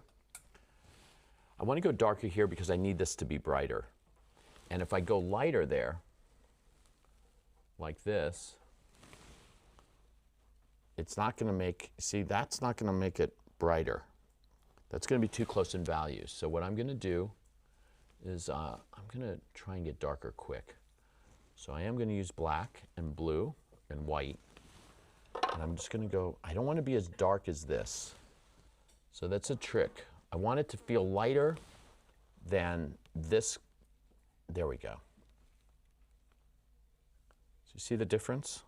See the difference between this and this? Do you see how that got brighter? My dark defining my light. My light defines my dark. So this is the trick in oil paint. If there's one thing, again, I said, you know, if you're writing one thing, write that down. My lights define my darks, and my darks define my lights. And you see here, I'm now changing up my value. And it's that ability to go, I need to go I don't want to go this light here because that makes that's not popping. So how do I make it pop? Or I think someone mentioned, glow, which was very sweet. Not sure if that's accurate. But the way to make this glow is by going darker.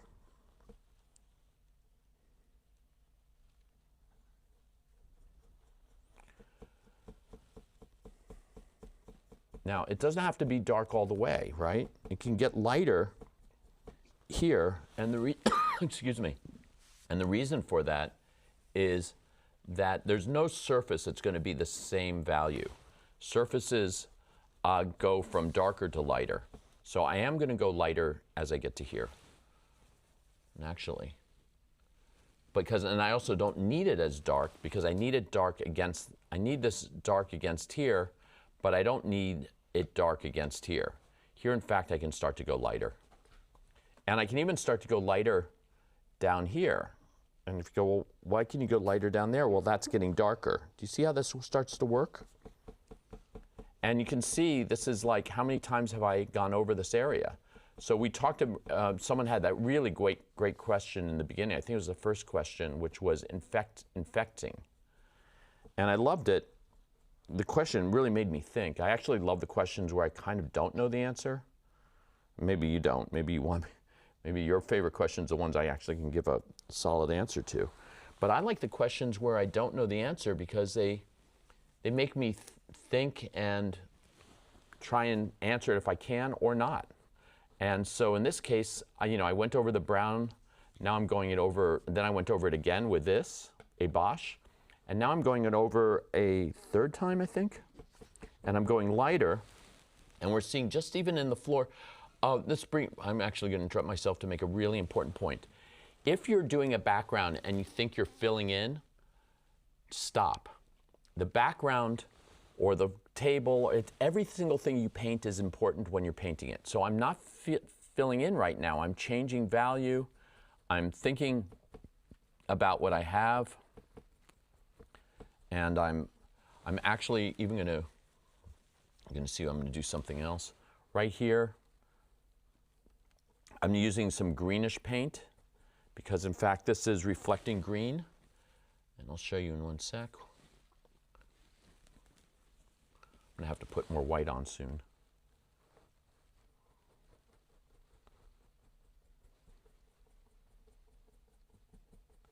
So this is reflecting some green right here. I'm going to go a little bit darker. Black right there. So I see this. So even when I start to look at this,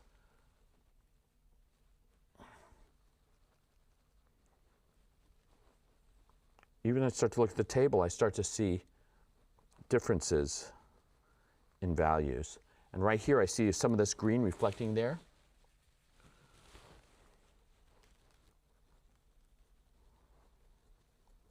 I'm just going to mix it right in. Talking about infecting. Go brighter.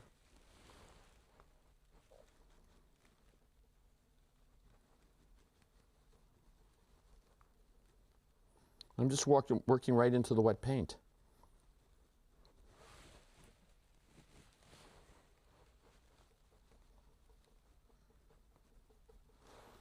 And right here to get this, actually I'm going to go a little bit darker there. Right here to make that brighter.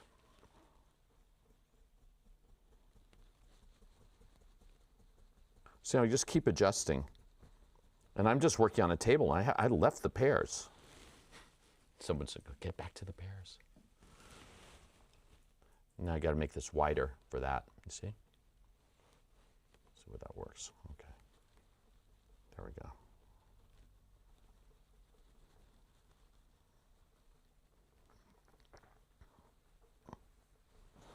And now I'm going to go darker. You see now this brown, that remember early on in the painting when everything was sort of in browns, it all looked kind of like I was setting it up, and now this brown looks unfinished. So I'm just going to hit that, and I will go back to the pears. But I also feel it's so important to go around to everything that surrounds it.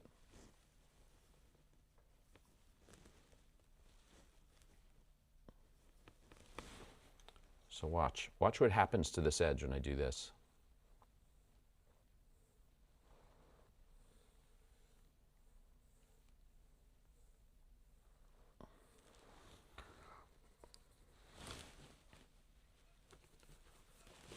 I'm just going to go. This, I'm going to, because it's not a big part of the painting, I'm going to just contradict exactly what I just said and go, whoops, and sort of do an abache again. I'm not going to go as detailed as that, but I want to get that green reflection there. I might even push it a little bit later. Ask more questions. We do have a question about if you've ever hidden an image in your underpainting for fun. Yes. Like Such a what? great question. Okay. Many years ago, I was invited to a chateau in France for a show to do a show called Chateau Bordeaux. And to be part, it was in a museum called the Pompidou Center in Paris. And so I stayed in the chateau, and I was watching a film called The Draftsman's Contract. And I was painting in the chateau for about 6 weeks in a little town called Pauillac in Bordeaux. Make very good wine. And so I did a painting based on that chateau. And in one of the windows, I painted sort of like a little monster and then covered it up. And I think I've done it again on other things too, but that's the one I remember. And I always thought if someone ever goes with an X-ray machine to that painting, the painting has since been stolen, and I don't have it. I've lost paintings to hurricanes that have flown out to sea of collectors. I've had paintings stolen, all the sorts of things, and they're all just part of the world of art. The making of the art is when it's alive and fun, and then the art goes out into the world, or it doesn't. You know, if you're lucky enough and people buy it, it goes out in the world. But even when it goes out to the world, it doesn't mean it's safe. I have 3 paintings that got lost on the east coast of Florida. West coast of Florida. And I wasn't even upset about it. I mean, the collector called me crying, but I wasn't upset because people lost their lives. And that is much more important than art. You know, art is great, but life is precious. Another question we have is, did you consciously develop your personal painting style, or would you say it's more of a culmination of what you learned over time? I did never develop my painting style. I think my painting style is me. And so I'd say it's a combination of being attracted to artists. Like I think at different times, like I mentioned an illustrator named Frank Frazetta. So I loved Frank Frazetta in high school. So, you know, I was copying him. And then I think when I was in college, I loved comic books. You know, so I was copying comic books, Marvel comics, where I eventually ended up working as a colorist.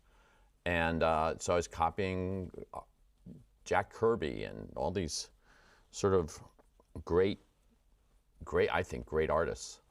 And and then I was like, went to the Met, the Metropolitan Museum of Art in New York, and the Frick, and I saw these painters that there's like named Holbein and Albrecht Dürer and Hans Memling, and I was like, oh my God, these people are amazing. And then I started like taking notes about how they painted, and then I saw these German artists with names like Otto Dix and Christian Schad and Rudolf Schlichter, the Neue Schlaglichkeit. And I was like, these guys are amazing. And then, you know, I was looking at Van Gogh. I saw a Van Gogh drawing show when I was 22, just mostly his drawings. I was like, he's amazing. And I just kept, it's sort of like why I don't have a favorite. I just kept looking at more and more art, and I kept painting. And I don't even know what my style is. My gouache style is when I use gouache, which I love. Maybe I should do a gouache demo one of these days. I love gouache. I was teaching gouache on Zoom actually during COVID. And I love gouache. I always say gouache is for watercolorists who make mistakes. And and I really, I love it, but that's much looser, more not as blended as my oil painting style. And then my pen and ink style is like, it's its own, it's like they all like are different parts of my brain. And I never really thought about a style. What I did think about was being me. Because I think when so I have students ask me all the time, like, how do I develop a style? And my answer is, be the most you can be. And the most you can be will incorporate the artists that you like and are inspired by. But the more you can be you, the more you will have your style. The more you try and be someone else, the more you'll have someone else's style.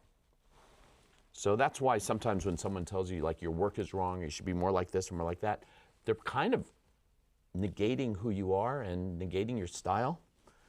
I hope that all makes some sense. But I've actually thought about that a lot. I just think, be the most you can be. And enjoy what you're doing. And then this goes back to my younger self. If you're enjoying what you're doing and you're loving it, and you go, wow, you're doing it right. You know, I'm not saying like that doesn't mean you're not frustrated that, oh, I wish I could do this or draw a hand better or my perspective is wrong, whatever it is that, you know, your thinking could make your work better. I mean, that's always going to be there. I mean, I have that all the time. Oh, I got the wrong color.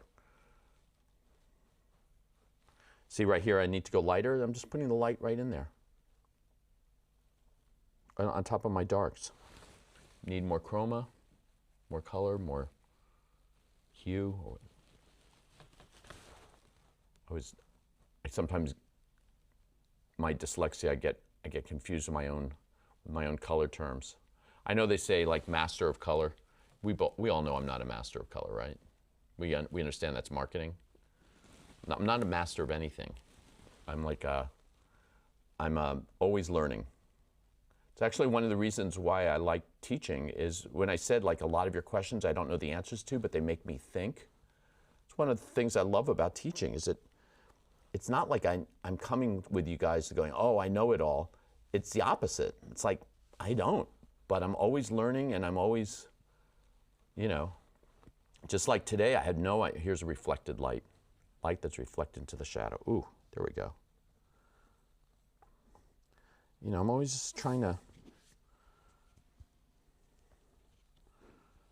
to learn. Do you have any suggestions for exercises to practice brushwork? Yes. Oh, that's such a good question. I do. I can't stop this right now and do it, but I would say, oh yes, I can. All right. Who are you that asked this question? Tell me. But this is for you. This is what you can do. Here, I'll do it with a different color. Unfortunately, their username is not a first name, so I can't tell you. Oh, okay. All right. Okay, username who's not a first name. This is a great question. This is what you do. Take a color and put it down like this. Do you see how I'm doing this hatch mark like this? Do that, and then get it square, and then do this. Take some white to it, that same color. Go like this, or that's a little too much white. Go like this, and take more white. I'm doing this really quick, and I'll go back to the pairs. So it's such a good question. You see like that? And keep getting lighter and lighter. And then with a brush, you can either do it with paint or with the out. Right now, I'll do it with a different brush. Let's see. Trying to see take the mineral spirits off this because I just cleaned. See if you can blend it. So blend it up, and then see if you can blend it down, and see what type of transition you can get on this. And take this down and take it down even lighter. So you practice blending values down like that. You see this hatch mark? So doing that that will really help you. And this is all like a hatch mark. Do you see that? So practice doing that. I taught an actor for a painting. It's a movie called Incognito. I taught the actor Jason Patrick. And he had never painted before or held a brush. And so actually that is the exercise. I'm putting some ultramarine blue down and some more white. Those were the exercises I gave him. I should say I developed, and I'm sure this wasn't developed by me, but I did sort of come up with these exercises on my own so that he could hold the brush and look like he could forge a Rembrandt. That was in 1996. I was teaching him. I taught him for a month. So that's 30 years ago. Yeesh. Yes, John Wellington is old. The user that asked that responded and said her name is Amanda Vandeveer, your old NYAA student. Amanda, hey dear. Hi, Amanda. Nice to see you on Zoom. I feel like this should all be old stuff for you. You've seen me do this a million times. And then Cheryl was wondering if there's an artist or a painting that taught you something you didn't want to do. Clifford Still. I'm not sure what it is about Clifford Still's work,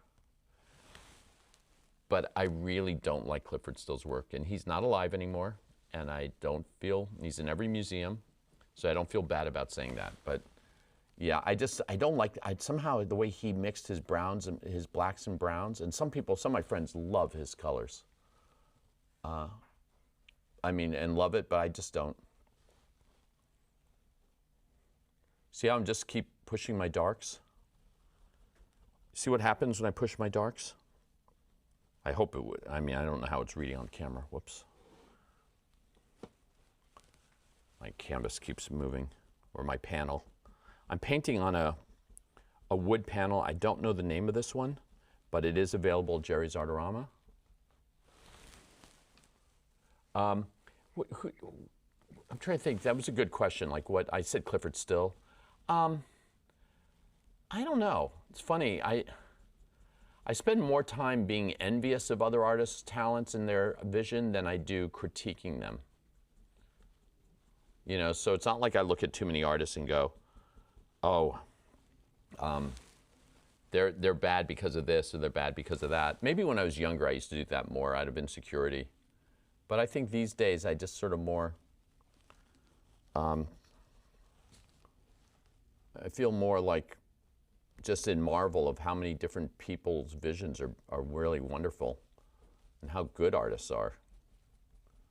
You know, I never feel like what's wrong with the world is like the artists. I mean, if I'm critiquing, let's say, the art world, I'm not critiquing the artists. I might critique the gallery system or the monetary system or some things that are not to do with the actual artist. It has to do with the marketing or taste making, you know, but it's not the artists. Artists just make art, you know, and if you think like, well, this artist is like doing commercial art, well, if it makes them happy, then, you know, why not? Or if this artist is doing art I don't understand, that's fine. Or I don't like this style. I like to see brushstrokes. I don't like any art that doesn't show. I've heard everything. And I'm like, really? You have to see brushstrokes to, you know, if you're looking at an early Christian, you know, if you're looking at Giotto, you get angry because he doesn't, you don't see brushstrokes. You know, like you go, oh my God, I can't look at this Giovanni Bellini. I can't see the brushstrokes. You know, these types of comments just seem, it's kind of silly to me. I think people just need to, not all people, but I think a lot of people just need to sort of judge all the time. And I get it, but you know, if you don't have to judge all the time, don't. You know, if you feel like you have to for whatever reasons, I guess fine. All right. You can see now the difference between all this. By the way, I don't mind doing a demo on this because I could get rid of that in 2 seconds, but I'm not going to, because why not leave it? All right. How am I doing on time?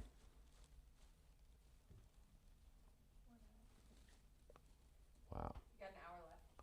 I have 1 hour. I might not be painting this for the next hour. But if you keep having questions, just keep asking. Yeah, I would say, so this is what I'd say to all of you in your own work. Like when you're judging your own work, forget about judging others. When you're judging your own work, judge less, paint more. For getting critiques from people, everybody has an opinion. Everybody. We have opinions about TV shows, about sports, about everything, politics. We all have opinions all the time. When it comes to your art, choose people that might have opinions but support you. It's in life too, for that matter. People that have your back, that they have your best, that they believe in who you are. If they sort of want to change you into who they are, I mean, maybe not.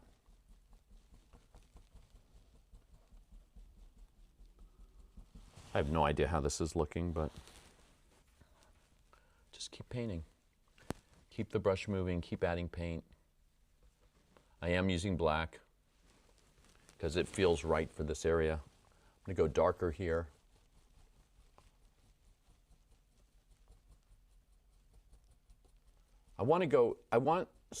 At some point I am with Jerry's, I'm going to do my rules of composition. And I'm going to tell you the number one rule is keep the viewer's eye, whatever things you want to do in your composition, compose in the center, compose not in the center, use diagonals, use this, use pointers, whatever it is, everything is about keeping the viewer's eye on your painting. So my number one rule of composition is keep the viewer's eye on my painting and not have it go to the painting next to mine. And every other rule is there to support this rule. So right now, as I'm painting here, if you notice, you see how dark this is here? But look how dark this is here. And the reason why I'm going this dark here is because I don't want your eye going up here. I want your eye staying with the pear. So that's what I'm doing. And so so I might be pushing it more than I see. I don't think I'm pushing it that much. Well, I am pushing a little. But if I went light here, your eye will go off. So I actually am going to paint out my demo. But I think that hatching thing of take pure white paint and take it from a pure white paint and sort of dragging it down will, I need more blue. I think that's like a really good exercise. Like anything that,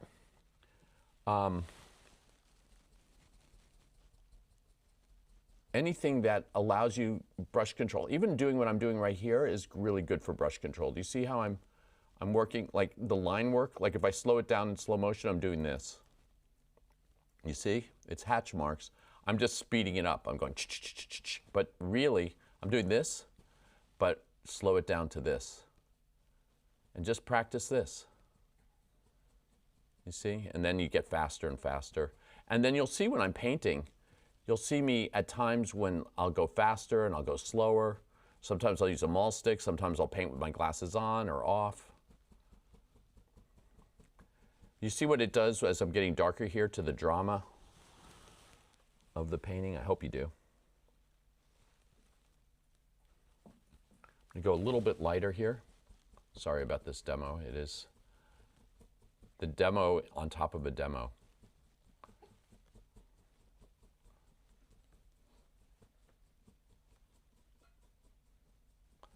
The canvas is, this panel is bouncing a lot. Forgive it, it's because I'm actually hitting the canvas when I'm painting. Any more questions? I like your questions because they help me think and give me something to really think about. They're all great questions. Sometimes I can't answer them, but that's not because they're bad questions. It's just because they're great questions, and I don't have an answer. We do have a couple more. Please. Are there 3 strokes when you're painting that you find that you always use, or do you have a varied approach? I think the most important stroke that I have all the time, the number one stroke, is the hatch mark. This is the hatch mark. That's a hatch. Crosshatch, this is like pen and ink. This is a crosshatch. When it crosses, you'll see a pen and ink drawing I did of this earlier, and you'll just see hatch marks. The hatch mark is the stroke for me.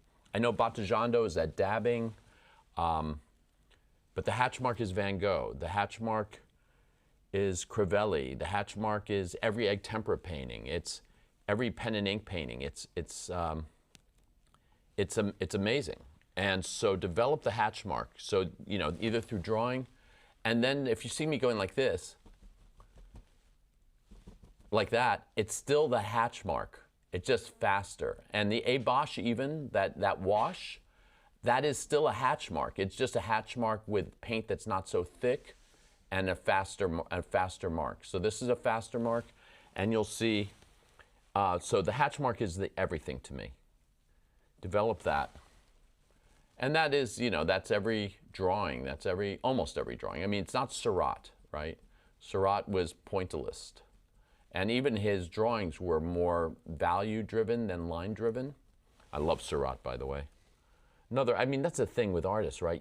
You go to a show by Seurat, and then you come away going, oh, I want to do pointillism. I don't know if any of you have ever gone to see a show of Seurat's work, all those little dots, and then you go, that's the way to see. And that's what I love about art. It's like all these different ways, you know, the Fauvists, the Nabis, the, you know, expressionists. You know, you look at all these different isms or different periods, you know, the early, the work from Siena, the early Renaissance art of Siena is so cool, right? So Game of Thrones. And good, the first 3 seasons of Game of Thrones. I gotta be careful now because they really blew it. But it's so amazing. But then, you know, then the Renaissance, right? You could say it pretentiously. The Renaissance comes in, and then that's amazing. And then after the Renaissance, you know, it's the Mannerists, or what's happening later, you know, with Velázquez and Rubens, and you know, it's all good. And it keeps going like that. You know, I love the Impressionists, the Post-Impressionists, early American painting. You know, and I mentioned Edward Hopper. It's just so good. So much of it is just so good. Right, that's too dark. You see, too dark? This is one of the things I find that some of my students will do, that I'll try and change them of that. They'll go too dark, and they'll have the paint on, and they won't adjust. So it's like adding salt, and then just you keep adding salt. It's like at some point you want to stop adding salt. So I'm going to lighten it up a bit. Any more questions? Mm-hmm. If you hadn't chosen painting, what would you have chosen as your creative outlet? Oh wow. Okay, so my answer is going to unfortunately be something I have no skill or talent in. So I wish it was music. But I can't. I have no rhythm. And with piano, I don't know how to, this is my dyslexia, I cannot have my hands moving in opposite directions on the piano. So between even a metronome not helping me and not having the ability to have both my right hand and left hand doing different things at the same time, means that music. But I love music, and I used to plunk at the piano all the time when I was younger, and I loved it. So yeah, being a musician. Also writing. And writing is something I can do. See, I'm going a little bit darker now. Do you see the difference? Just a little bit. And I'm going to do a transition. So yeah, I love writing, and I love music. Cooking. I wish I loved gardening. I think people that do gardening, it's magical.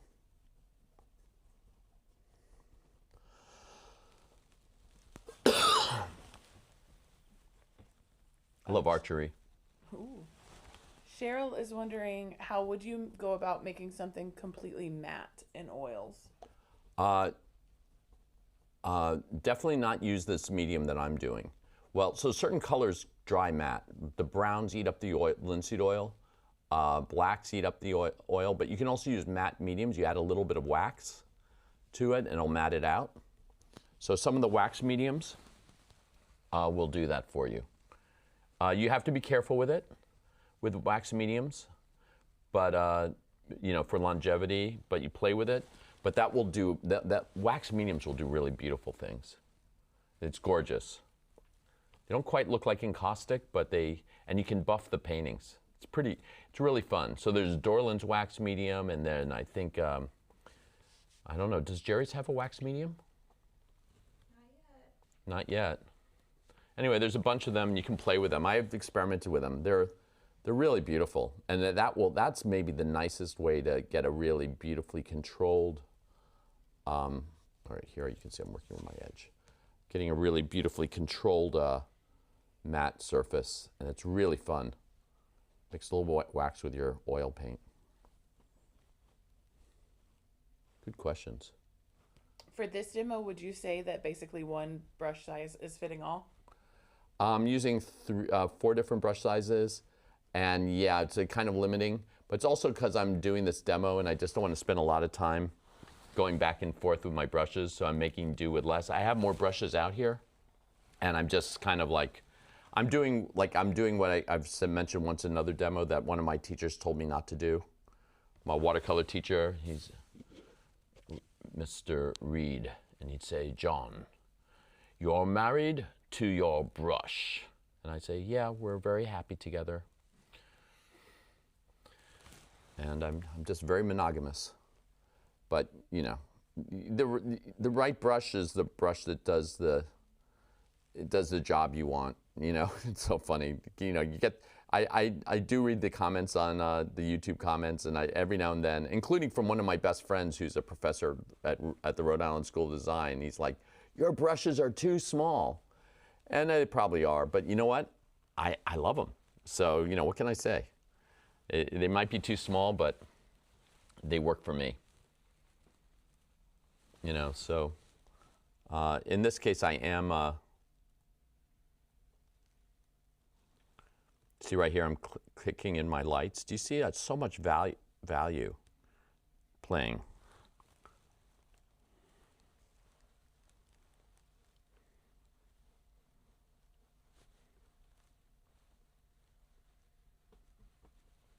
And when I get a color that I don't go, oh, I don't really like it here, but maybe I'll like it here, you know? Do you see how this is sort of developing? Now I'm going to start at I'm going to stop this in an artificial time, you know, because at some point it's 8:15 at night, and I'll go for a little bit longer, but I am going to stop. And but the thing is, I could go on and just keep working on this because, you know, and I could work on it tomorrow if I wanted. Oh, this panel.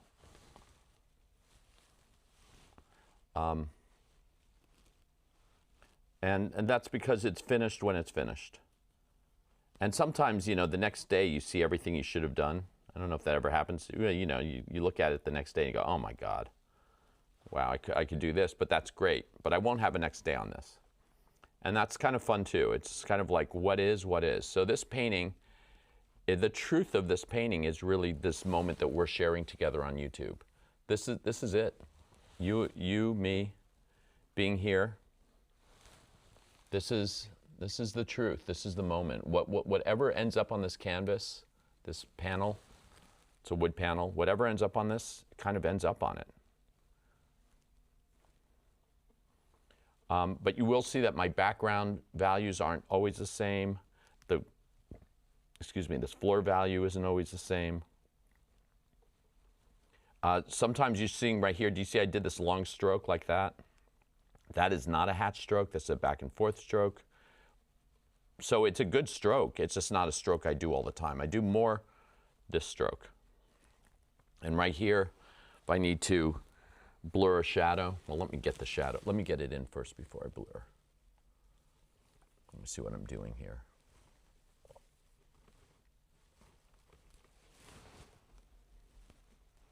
There we go. Get a little darker. Make adjustments. I hope when you're seeing that, when I'm painting, that one of the things is like, I I make changes all the time. I'm just making adjustments, and if I don't get it right, it's okay. I'll just fix it in post, fix it in the next time. And like when I was first doing this, remember this was painted. This was my original Bosch, and now it looks it looks unpainted, right? Isn't that interesting? Looks like, oh, you never painted that. But remember, if you watch this video from the beginning, you'll see, oh my God, he did paint that. Like that actually made, this mark actually made a difference at one point, even though it doesn't make a difference anymore. I find that really interesting. When you're hatching, is it just a downstroke every time? No, but it can be. So there's no right or wrong way. So sometimes like a hatch, sometimes I go with a form like that. Other times, let's see if I can use this paint that I have here on. Sometimes it's a hatch with a form, sometimes it's against the form. It's all different ways. And then if you start to look at like certain types of artists, you'll see like Leonardo. Leonardo did all diagonal hatches on his sketchbooks, all in the same direction. Where Michelangelo, the hatch marks, or Raphael, the hatch marks were always changing direction. So, but yeah, so you can, Van Gogh, crazy hatch marks, unbelievably fun hatch marks. Really go in the same direction as his paint brushes. Like his drawing of his sketch of Starry Night has the same swirls, you know, as the brush marks. So there is no right, wrong way, but the idea of a hatch mark is a sort of shorter stroke. You know, it's not a stroke like this. It's a kind of a drawing stroke.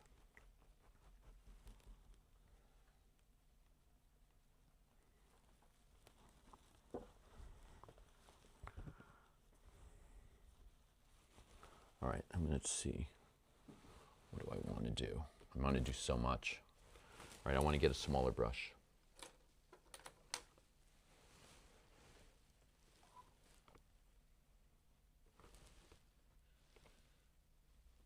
How are we doing on time? We got about 40 minutes. Oh my God, how many of you are asleep right now? Is anybody out there? Anybody? I'm painting all by myself. Everybody's still watching. All right. Back to the maul stick. Why the maul stick? Because if I didn't have the maul stick when I'm trying to do this right now, I'm going to get the paint on the back of my hand. So, and maul, as it's been explained to me by my German students, or my students who speak German, actually I think it was my German student, Michael, maul means paint. And stick is English stick, so it's paint stick. So we just call it, they have a different word. What is it? Stick. Anybody speak German? I don't.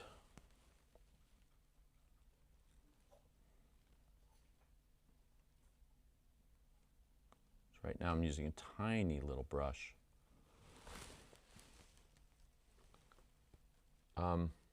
So yeah, your hatch marks can go in any direction. It's just a short stroke.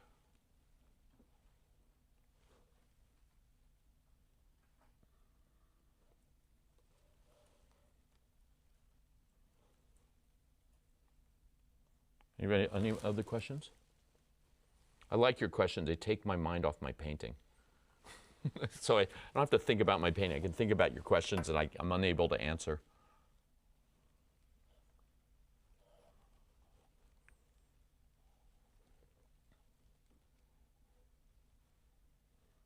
So I'm using these marks right here even. Just, well, there's like all these marks on the pear that I'm not really putting in right now. I mean, I could, I guess, but I don't have that much. I feel like I don't have that much time. So I'd rather, but there's like a bruise right here. And there's some,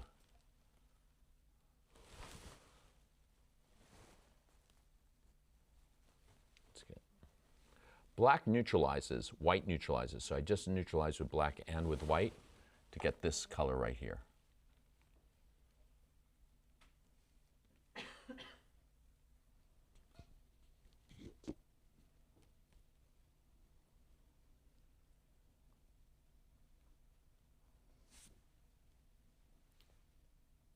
Going in much, no, it's much more.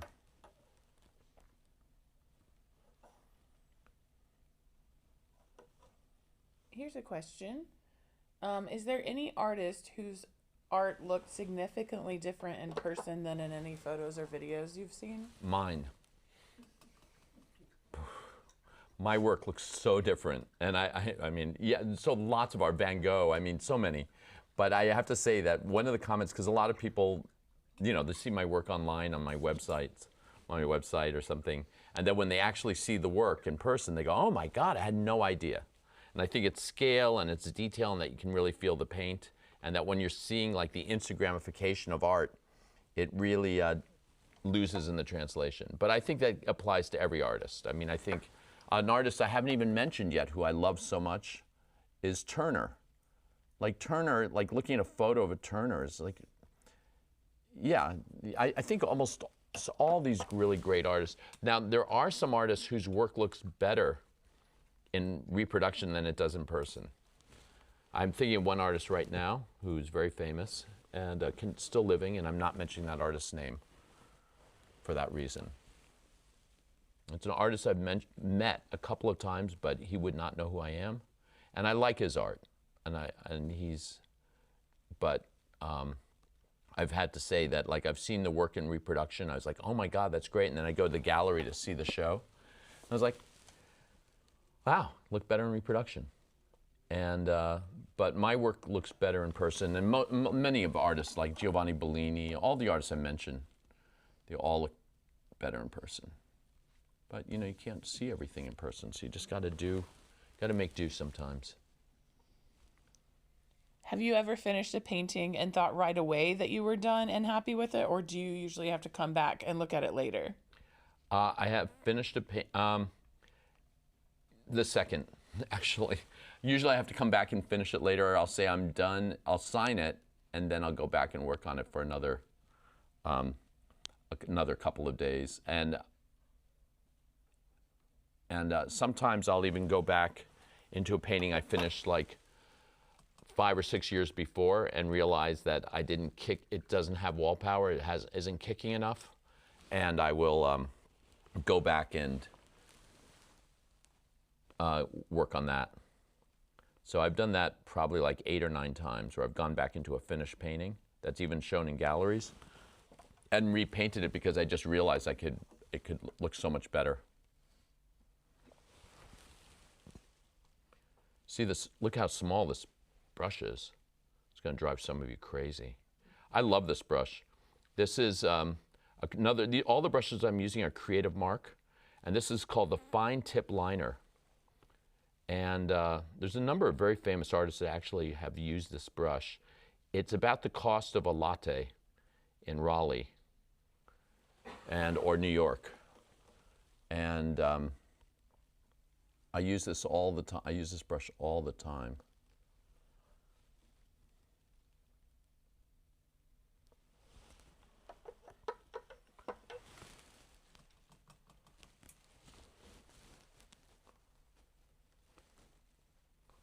Don't want to get my sleeve in the paint. Can you see the difference, me slowing down? Doing a cast shadow there, cast shadow there. What is a cast shadow? It's when one object is blocking out the light on another object. It's being cast.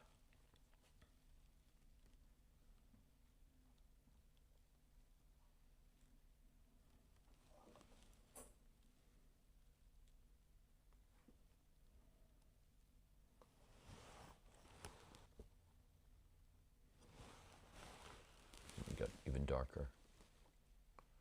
Go pure alizarin crimson with pure ultramarine blue. When I was in art school, one of my teachers didn't want us using black, so we mixed we used alizarin crimson with phthalo green to mix our blacks. And I did that for a few years. It's very strange, because if you didn't mix it well enough, you got like phthalo green everywhere. And that's like really hard to get off anything, your clothes or.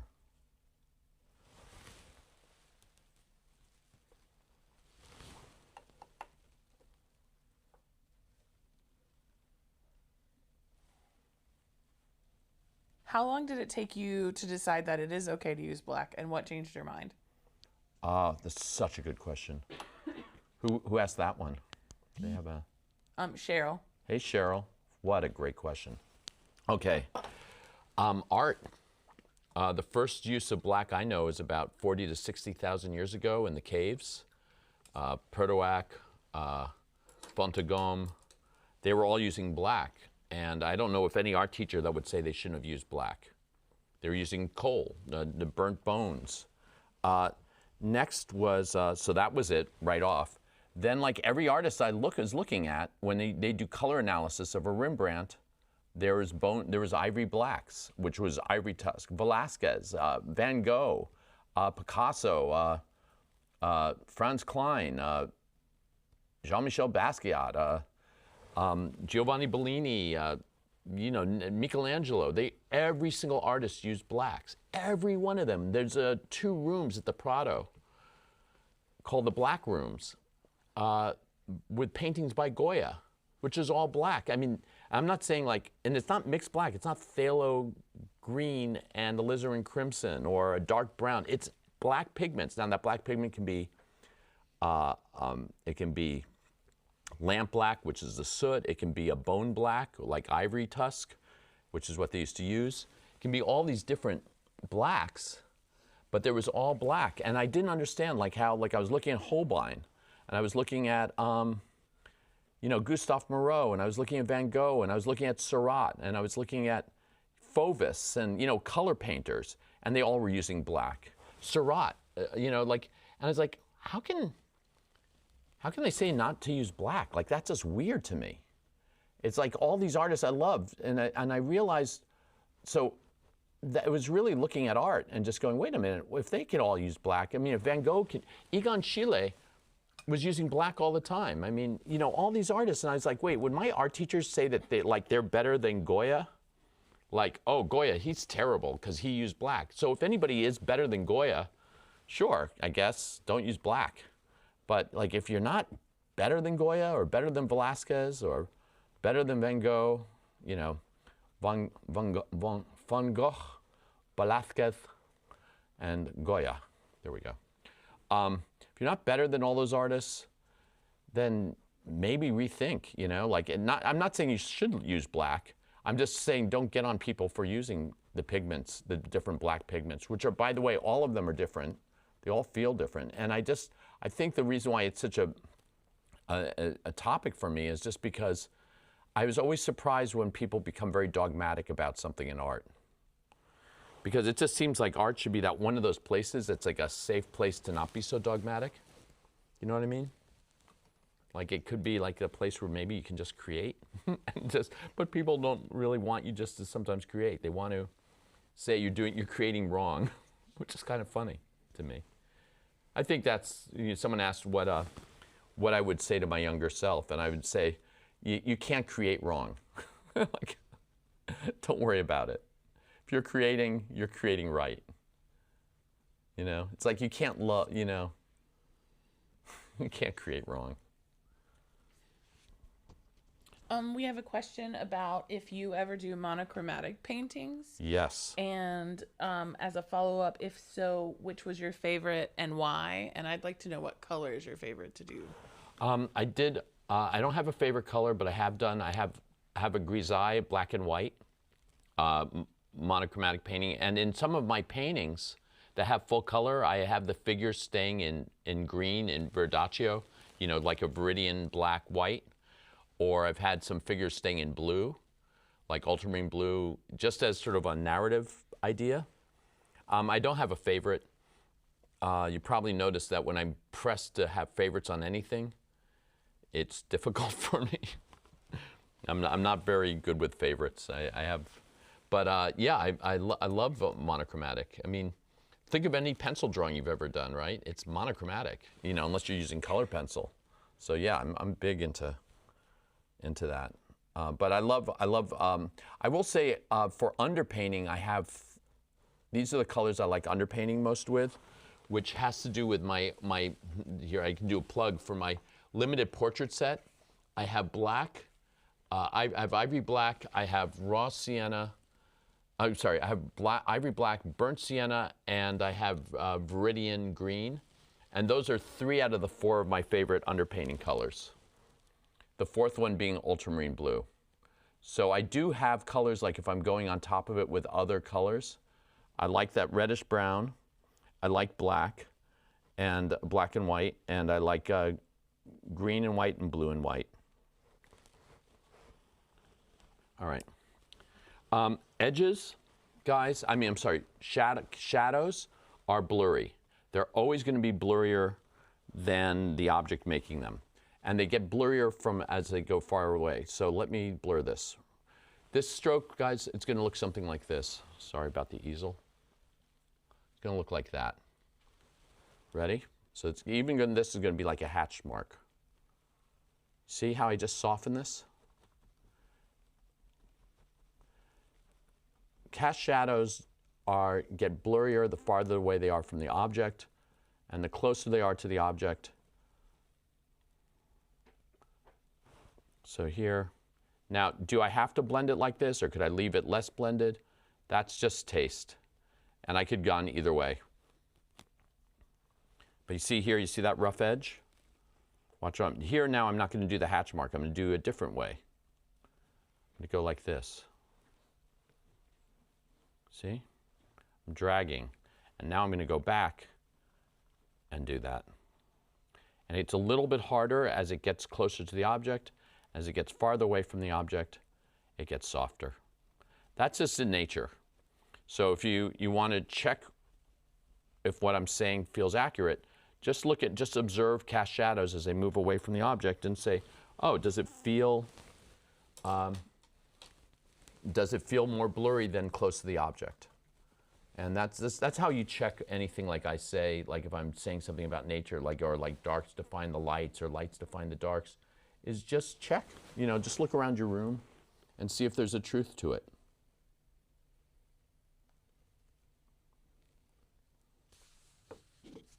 At some point, does the still life setting itself lose importance relative to what the painting needs? Yes. Yes, absolutely. The ultimate truth is not going to be the still life I set up, because that's going to fade. Matter of fact, right after this camera, right after the shoot is off, they're going to take these pears and eat them, and that's going to be knocked down. The lights are going to be turned off, but the painting's going to remain. So, the Latin, I forget, like artis longus vita or something, but art is long, life is short.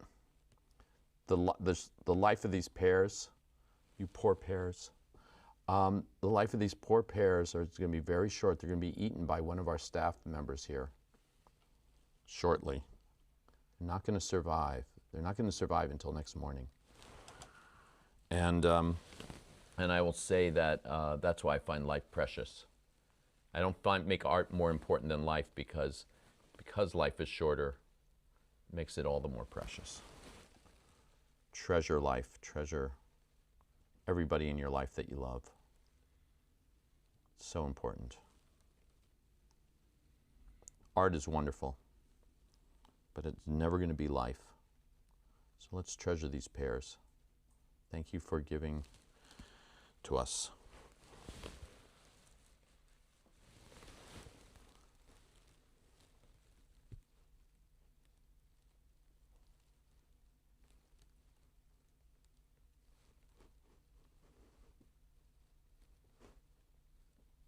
See here, I'm going with a soft brush. I'm sort of fine tuning. I don't even know how to, what do I want to do here? I'm going to go sort of making things up here. Yeah, so what I'm painting is going to be more important than the still life. Because after this, no one will remember what the still life was, but people will hopefully remember or see this painting. Right now I'm not using a malt stick, I'm using my hand and my wrist to do something similar to blend this area as it goes around.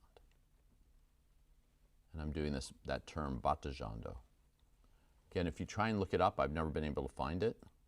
And I don't even know this, people always ask me to spell it, and I don't even know how to spell it. But a teacher of mine named Michael Aviano, fantastic teacher, he saw me blending one day in his atelier. And he said, "Oh, John, you're doing the batteggio technique. That's what Leonardo did." And I went, "Oh." And I just sort of took it as fact. And I decided to never question it because I really love the term, because it sort of explains a certain blending technique that I always like to use. Any more questions?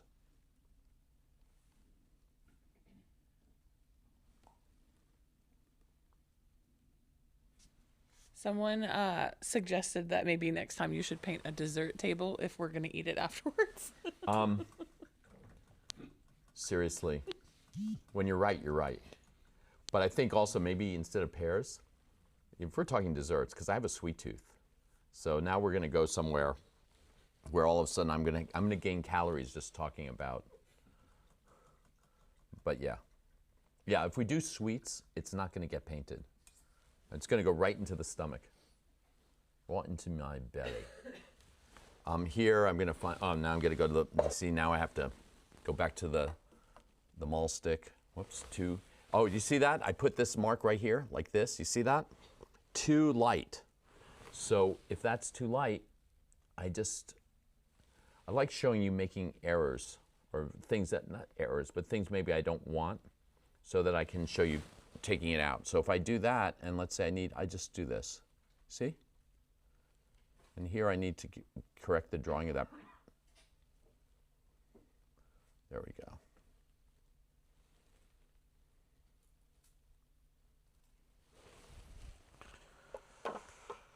All right, I'm going to do a little bit more lights.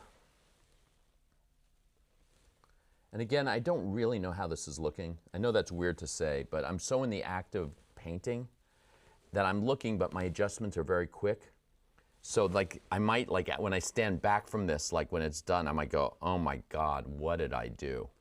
But I know right now I want to kick this light against that dark, and I don't want to go darker here. As a matter of fact, I might want to go lighter there.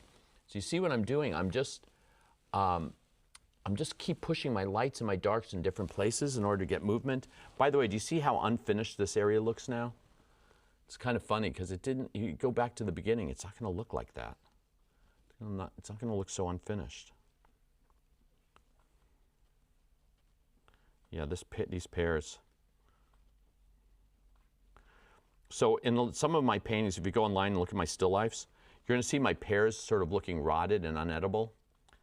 And that's because I painted them not under one session, but maybe under like 6 sessions. So sometimes I end up just painting the rotting. And I like doing it because it was a little bit like a memento mori, vanitas. A memento mori means the memories of death.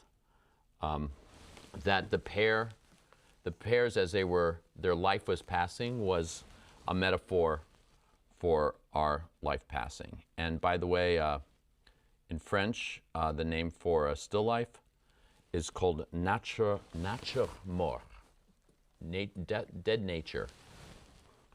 And so sometimes when you're painting still lifes, it is a metaphor in a way. How are we doing time-wise? Got about 15 minutes left. No pressure. No pressure.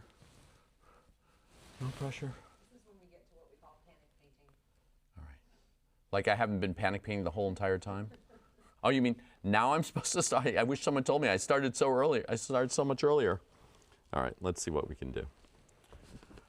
All right.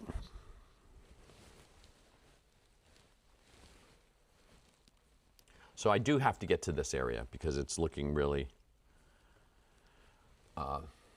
looks like it needs it. But right now, use this. Oh, by the way, this paint that I did earlier, do you notice it totally set? You remember? So right now it could not even infect for the person who thought about that, which by the way, I love that idea because I think sometimes the infection can be kind of bad, but I think sometimes it really can be like a Reese's peanut butter cup. And I think it can be really good. So, you know, it's funny about that. And you don't know until you do it. And that's, I think you can just sort of like Yeah, I just want to get brighter there. Ah, yes. Because you remember what I said, every time you blend, you darken. So sometimes you just need to reestablish. You need to be bold. And also something else, if you notice, I'm not sure if you notice, but I'm using less medium now. You notice in the beginning, it's all medium or all wash. But now it's like as I'm painting, I'm using less. I'm going more opaque.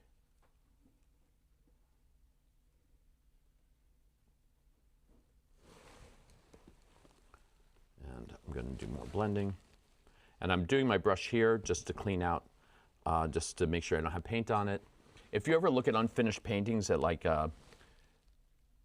in a museum of like old masters, you'll see like a lot of dabs on the sides of their paintings where they were taking the paint off their brush.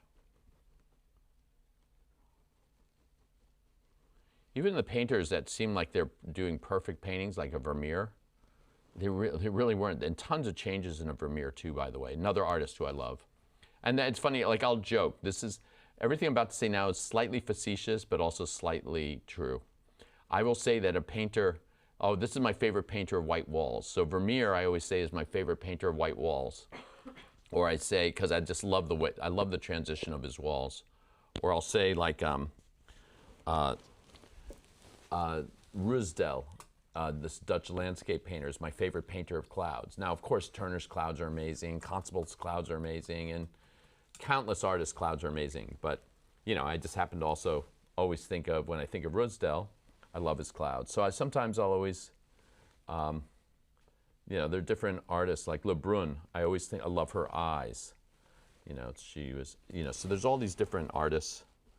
I'm going to change this color. I'm going to go blue. Let me go really blue, because why not? As long as it's dark. So I'm going almost pure, like ultramarine blue with something in it. But it doesn't matter.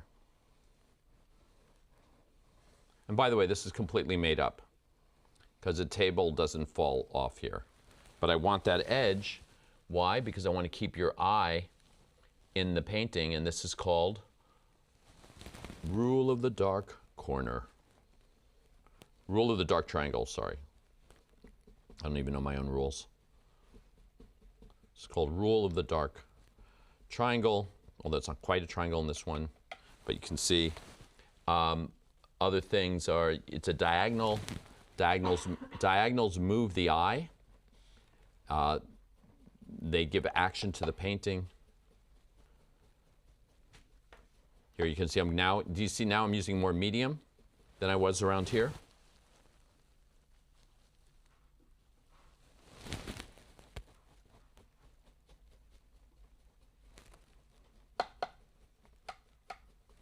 What is your favorite medium for if you're doing a painting like this where you need to finish it in one setting?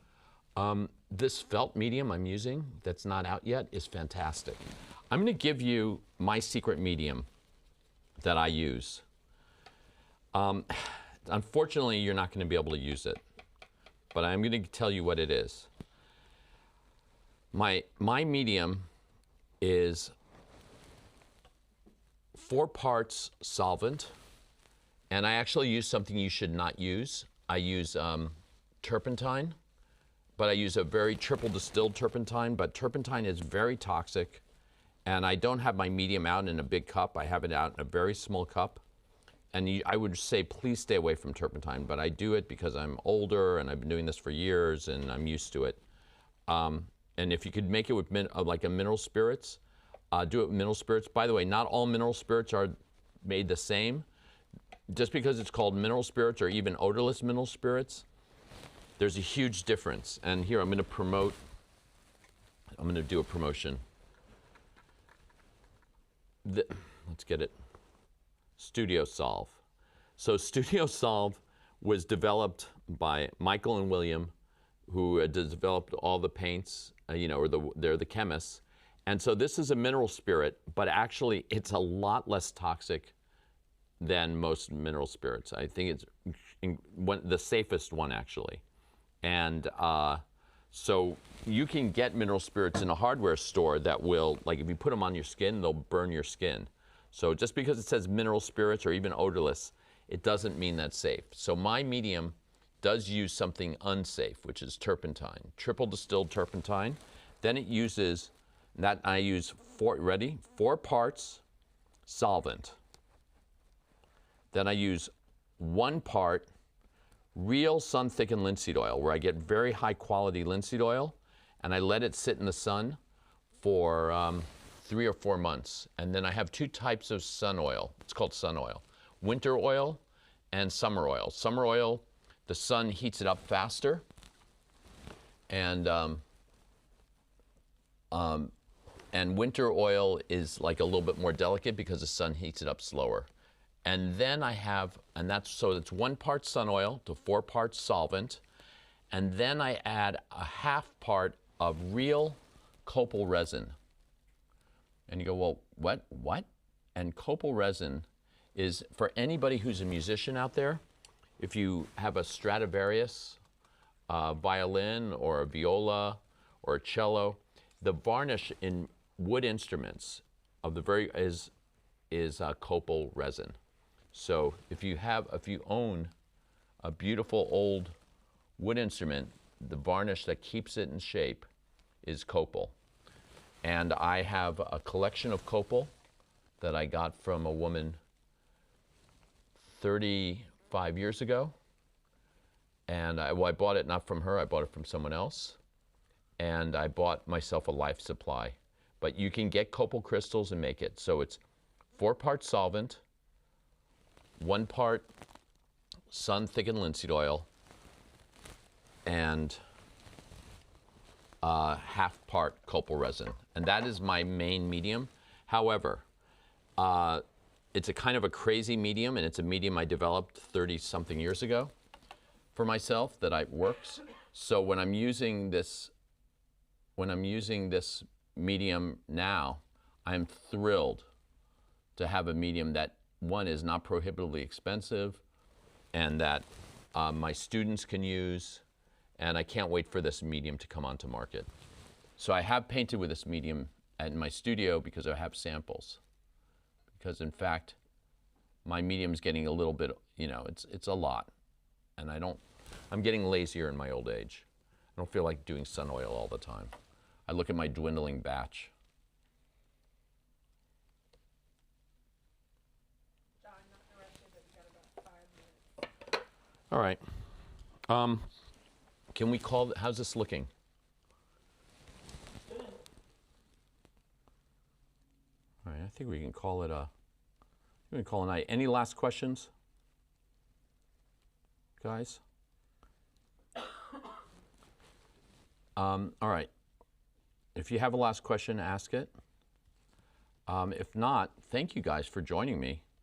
I had no idea really how this is gonna look. I still kind of don't know how it's gonna look until I step away from it. But whether it's the good, the bad, or the ugly, kind of doesn't matter. We're in the process together doing this. You following me and me trying to do my best. And it doesn't really matter, It's kind of, it is what it is. And that's what art is. You can't think that every artist is like, every moment they walk away going, this is a masterpiece. I'll tell you a King Charles story. That's how I'll end this. When he was a prince. This was 26 years ago. I was in a different chateau with him, and he was showing his watercolors, because Prince Charles was a very, very accomplished watercolor. He was showing them, and one of the people that was in our group with him in this chateau in Normandy called Chateau de Ballois said, "Oh, Your Majesty, this one is a masterpiece." And Prince Charles took a look down at it, and he looked up, and this is a guy who, the Windsor Castle has Titians, and I think they have all the Leonardo anatomical books and all that. He grew up around and he looks at it and he goes, "Not really." And I feel like that's kind of what it's like. I don't think that we all think whatever we're doing is really that good, Other people can think that. I'm going to do, how many seconds do I have left? 60, All right. 30. No, I'm just kidding. All right, I'm just going to do this. I just want to get my light here. You've got a minute or two. You're good. All right. Any last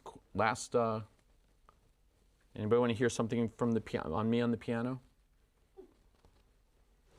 All right. How's it looking? I don't know. But I got everything in, right? I got the main things in. Notice this is a softer edge here. It's not a softer edge where I'm looking at it, but I wanted the attention on here, so I blurred that edge a little bit like a Gerhard Richter. I can make an argument for blurring this edge, so I'm going to do it like this. And probably at the end I will sign my name, but I won't do it on camera. So I want to say thank you all so much for joining me. It's been a pleasure to paint here. It's always a little interesting as I cough my way through. So I hope that I know you guys always follow the live workshops. It's really amazing what JerrysArtarama does, how they actually support artists and their patrons, and they support education, and they just make really great paint. And I feel fortunate that I was part of the process of Tuscan Pine. So I hope you will join next on June 4th. Is going to be the next live Jerry's, and that's going to be Michaela, and she's going to be showing how to work in acrylics. So hit the like button, subscribe. Again, thank you all, and Amanda, great to see you here. It's wonderful. Give me a call, and again, just create and be easy on yourself, play, and the more you can be yourself, the more you will find your style. Okay, guys, thank you so much.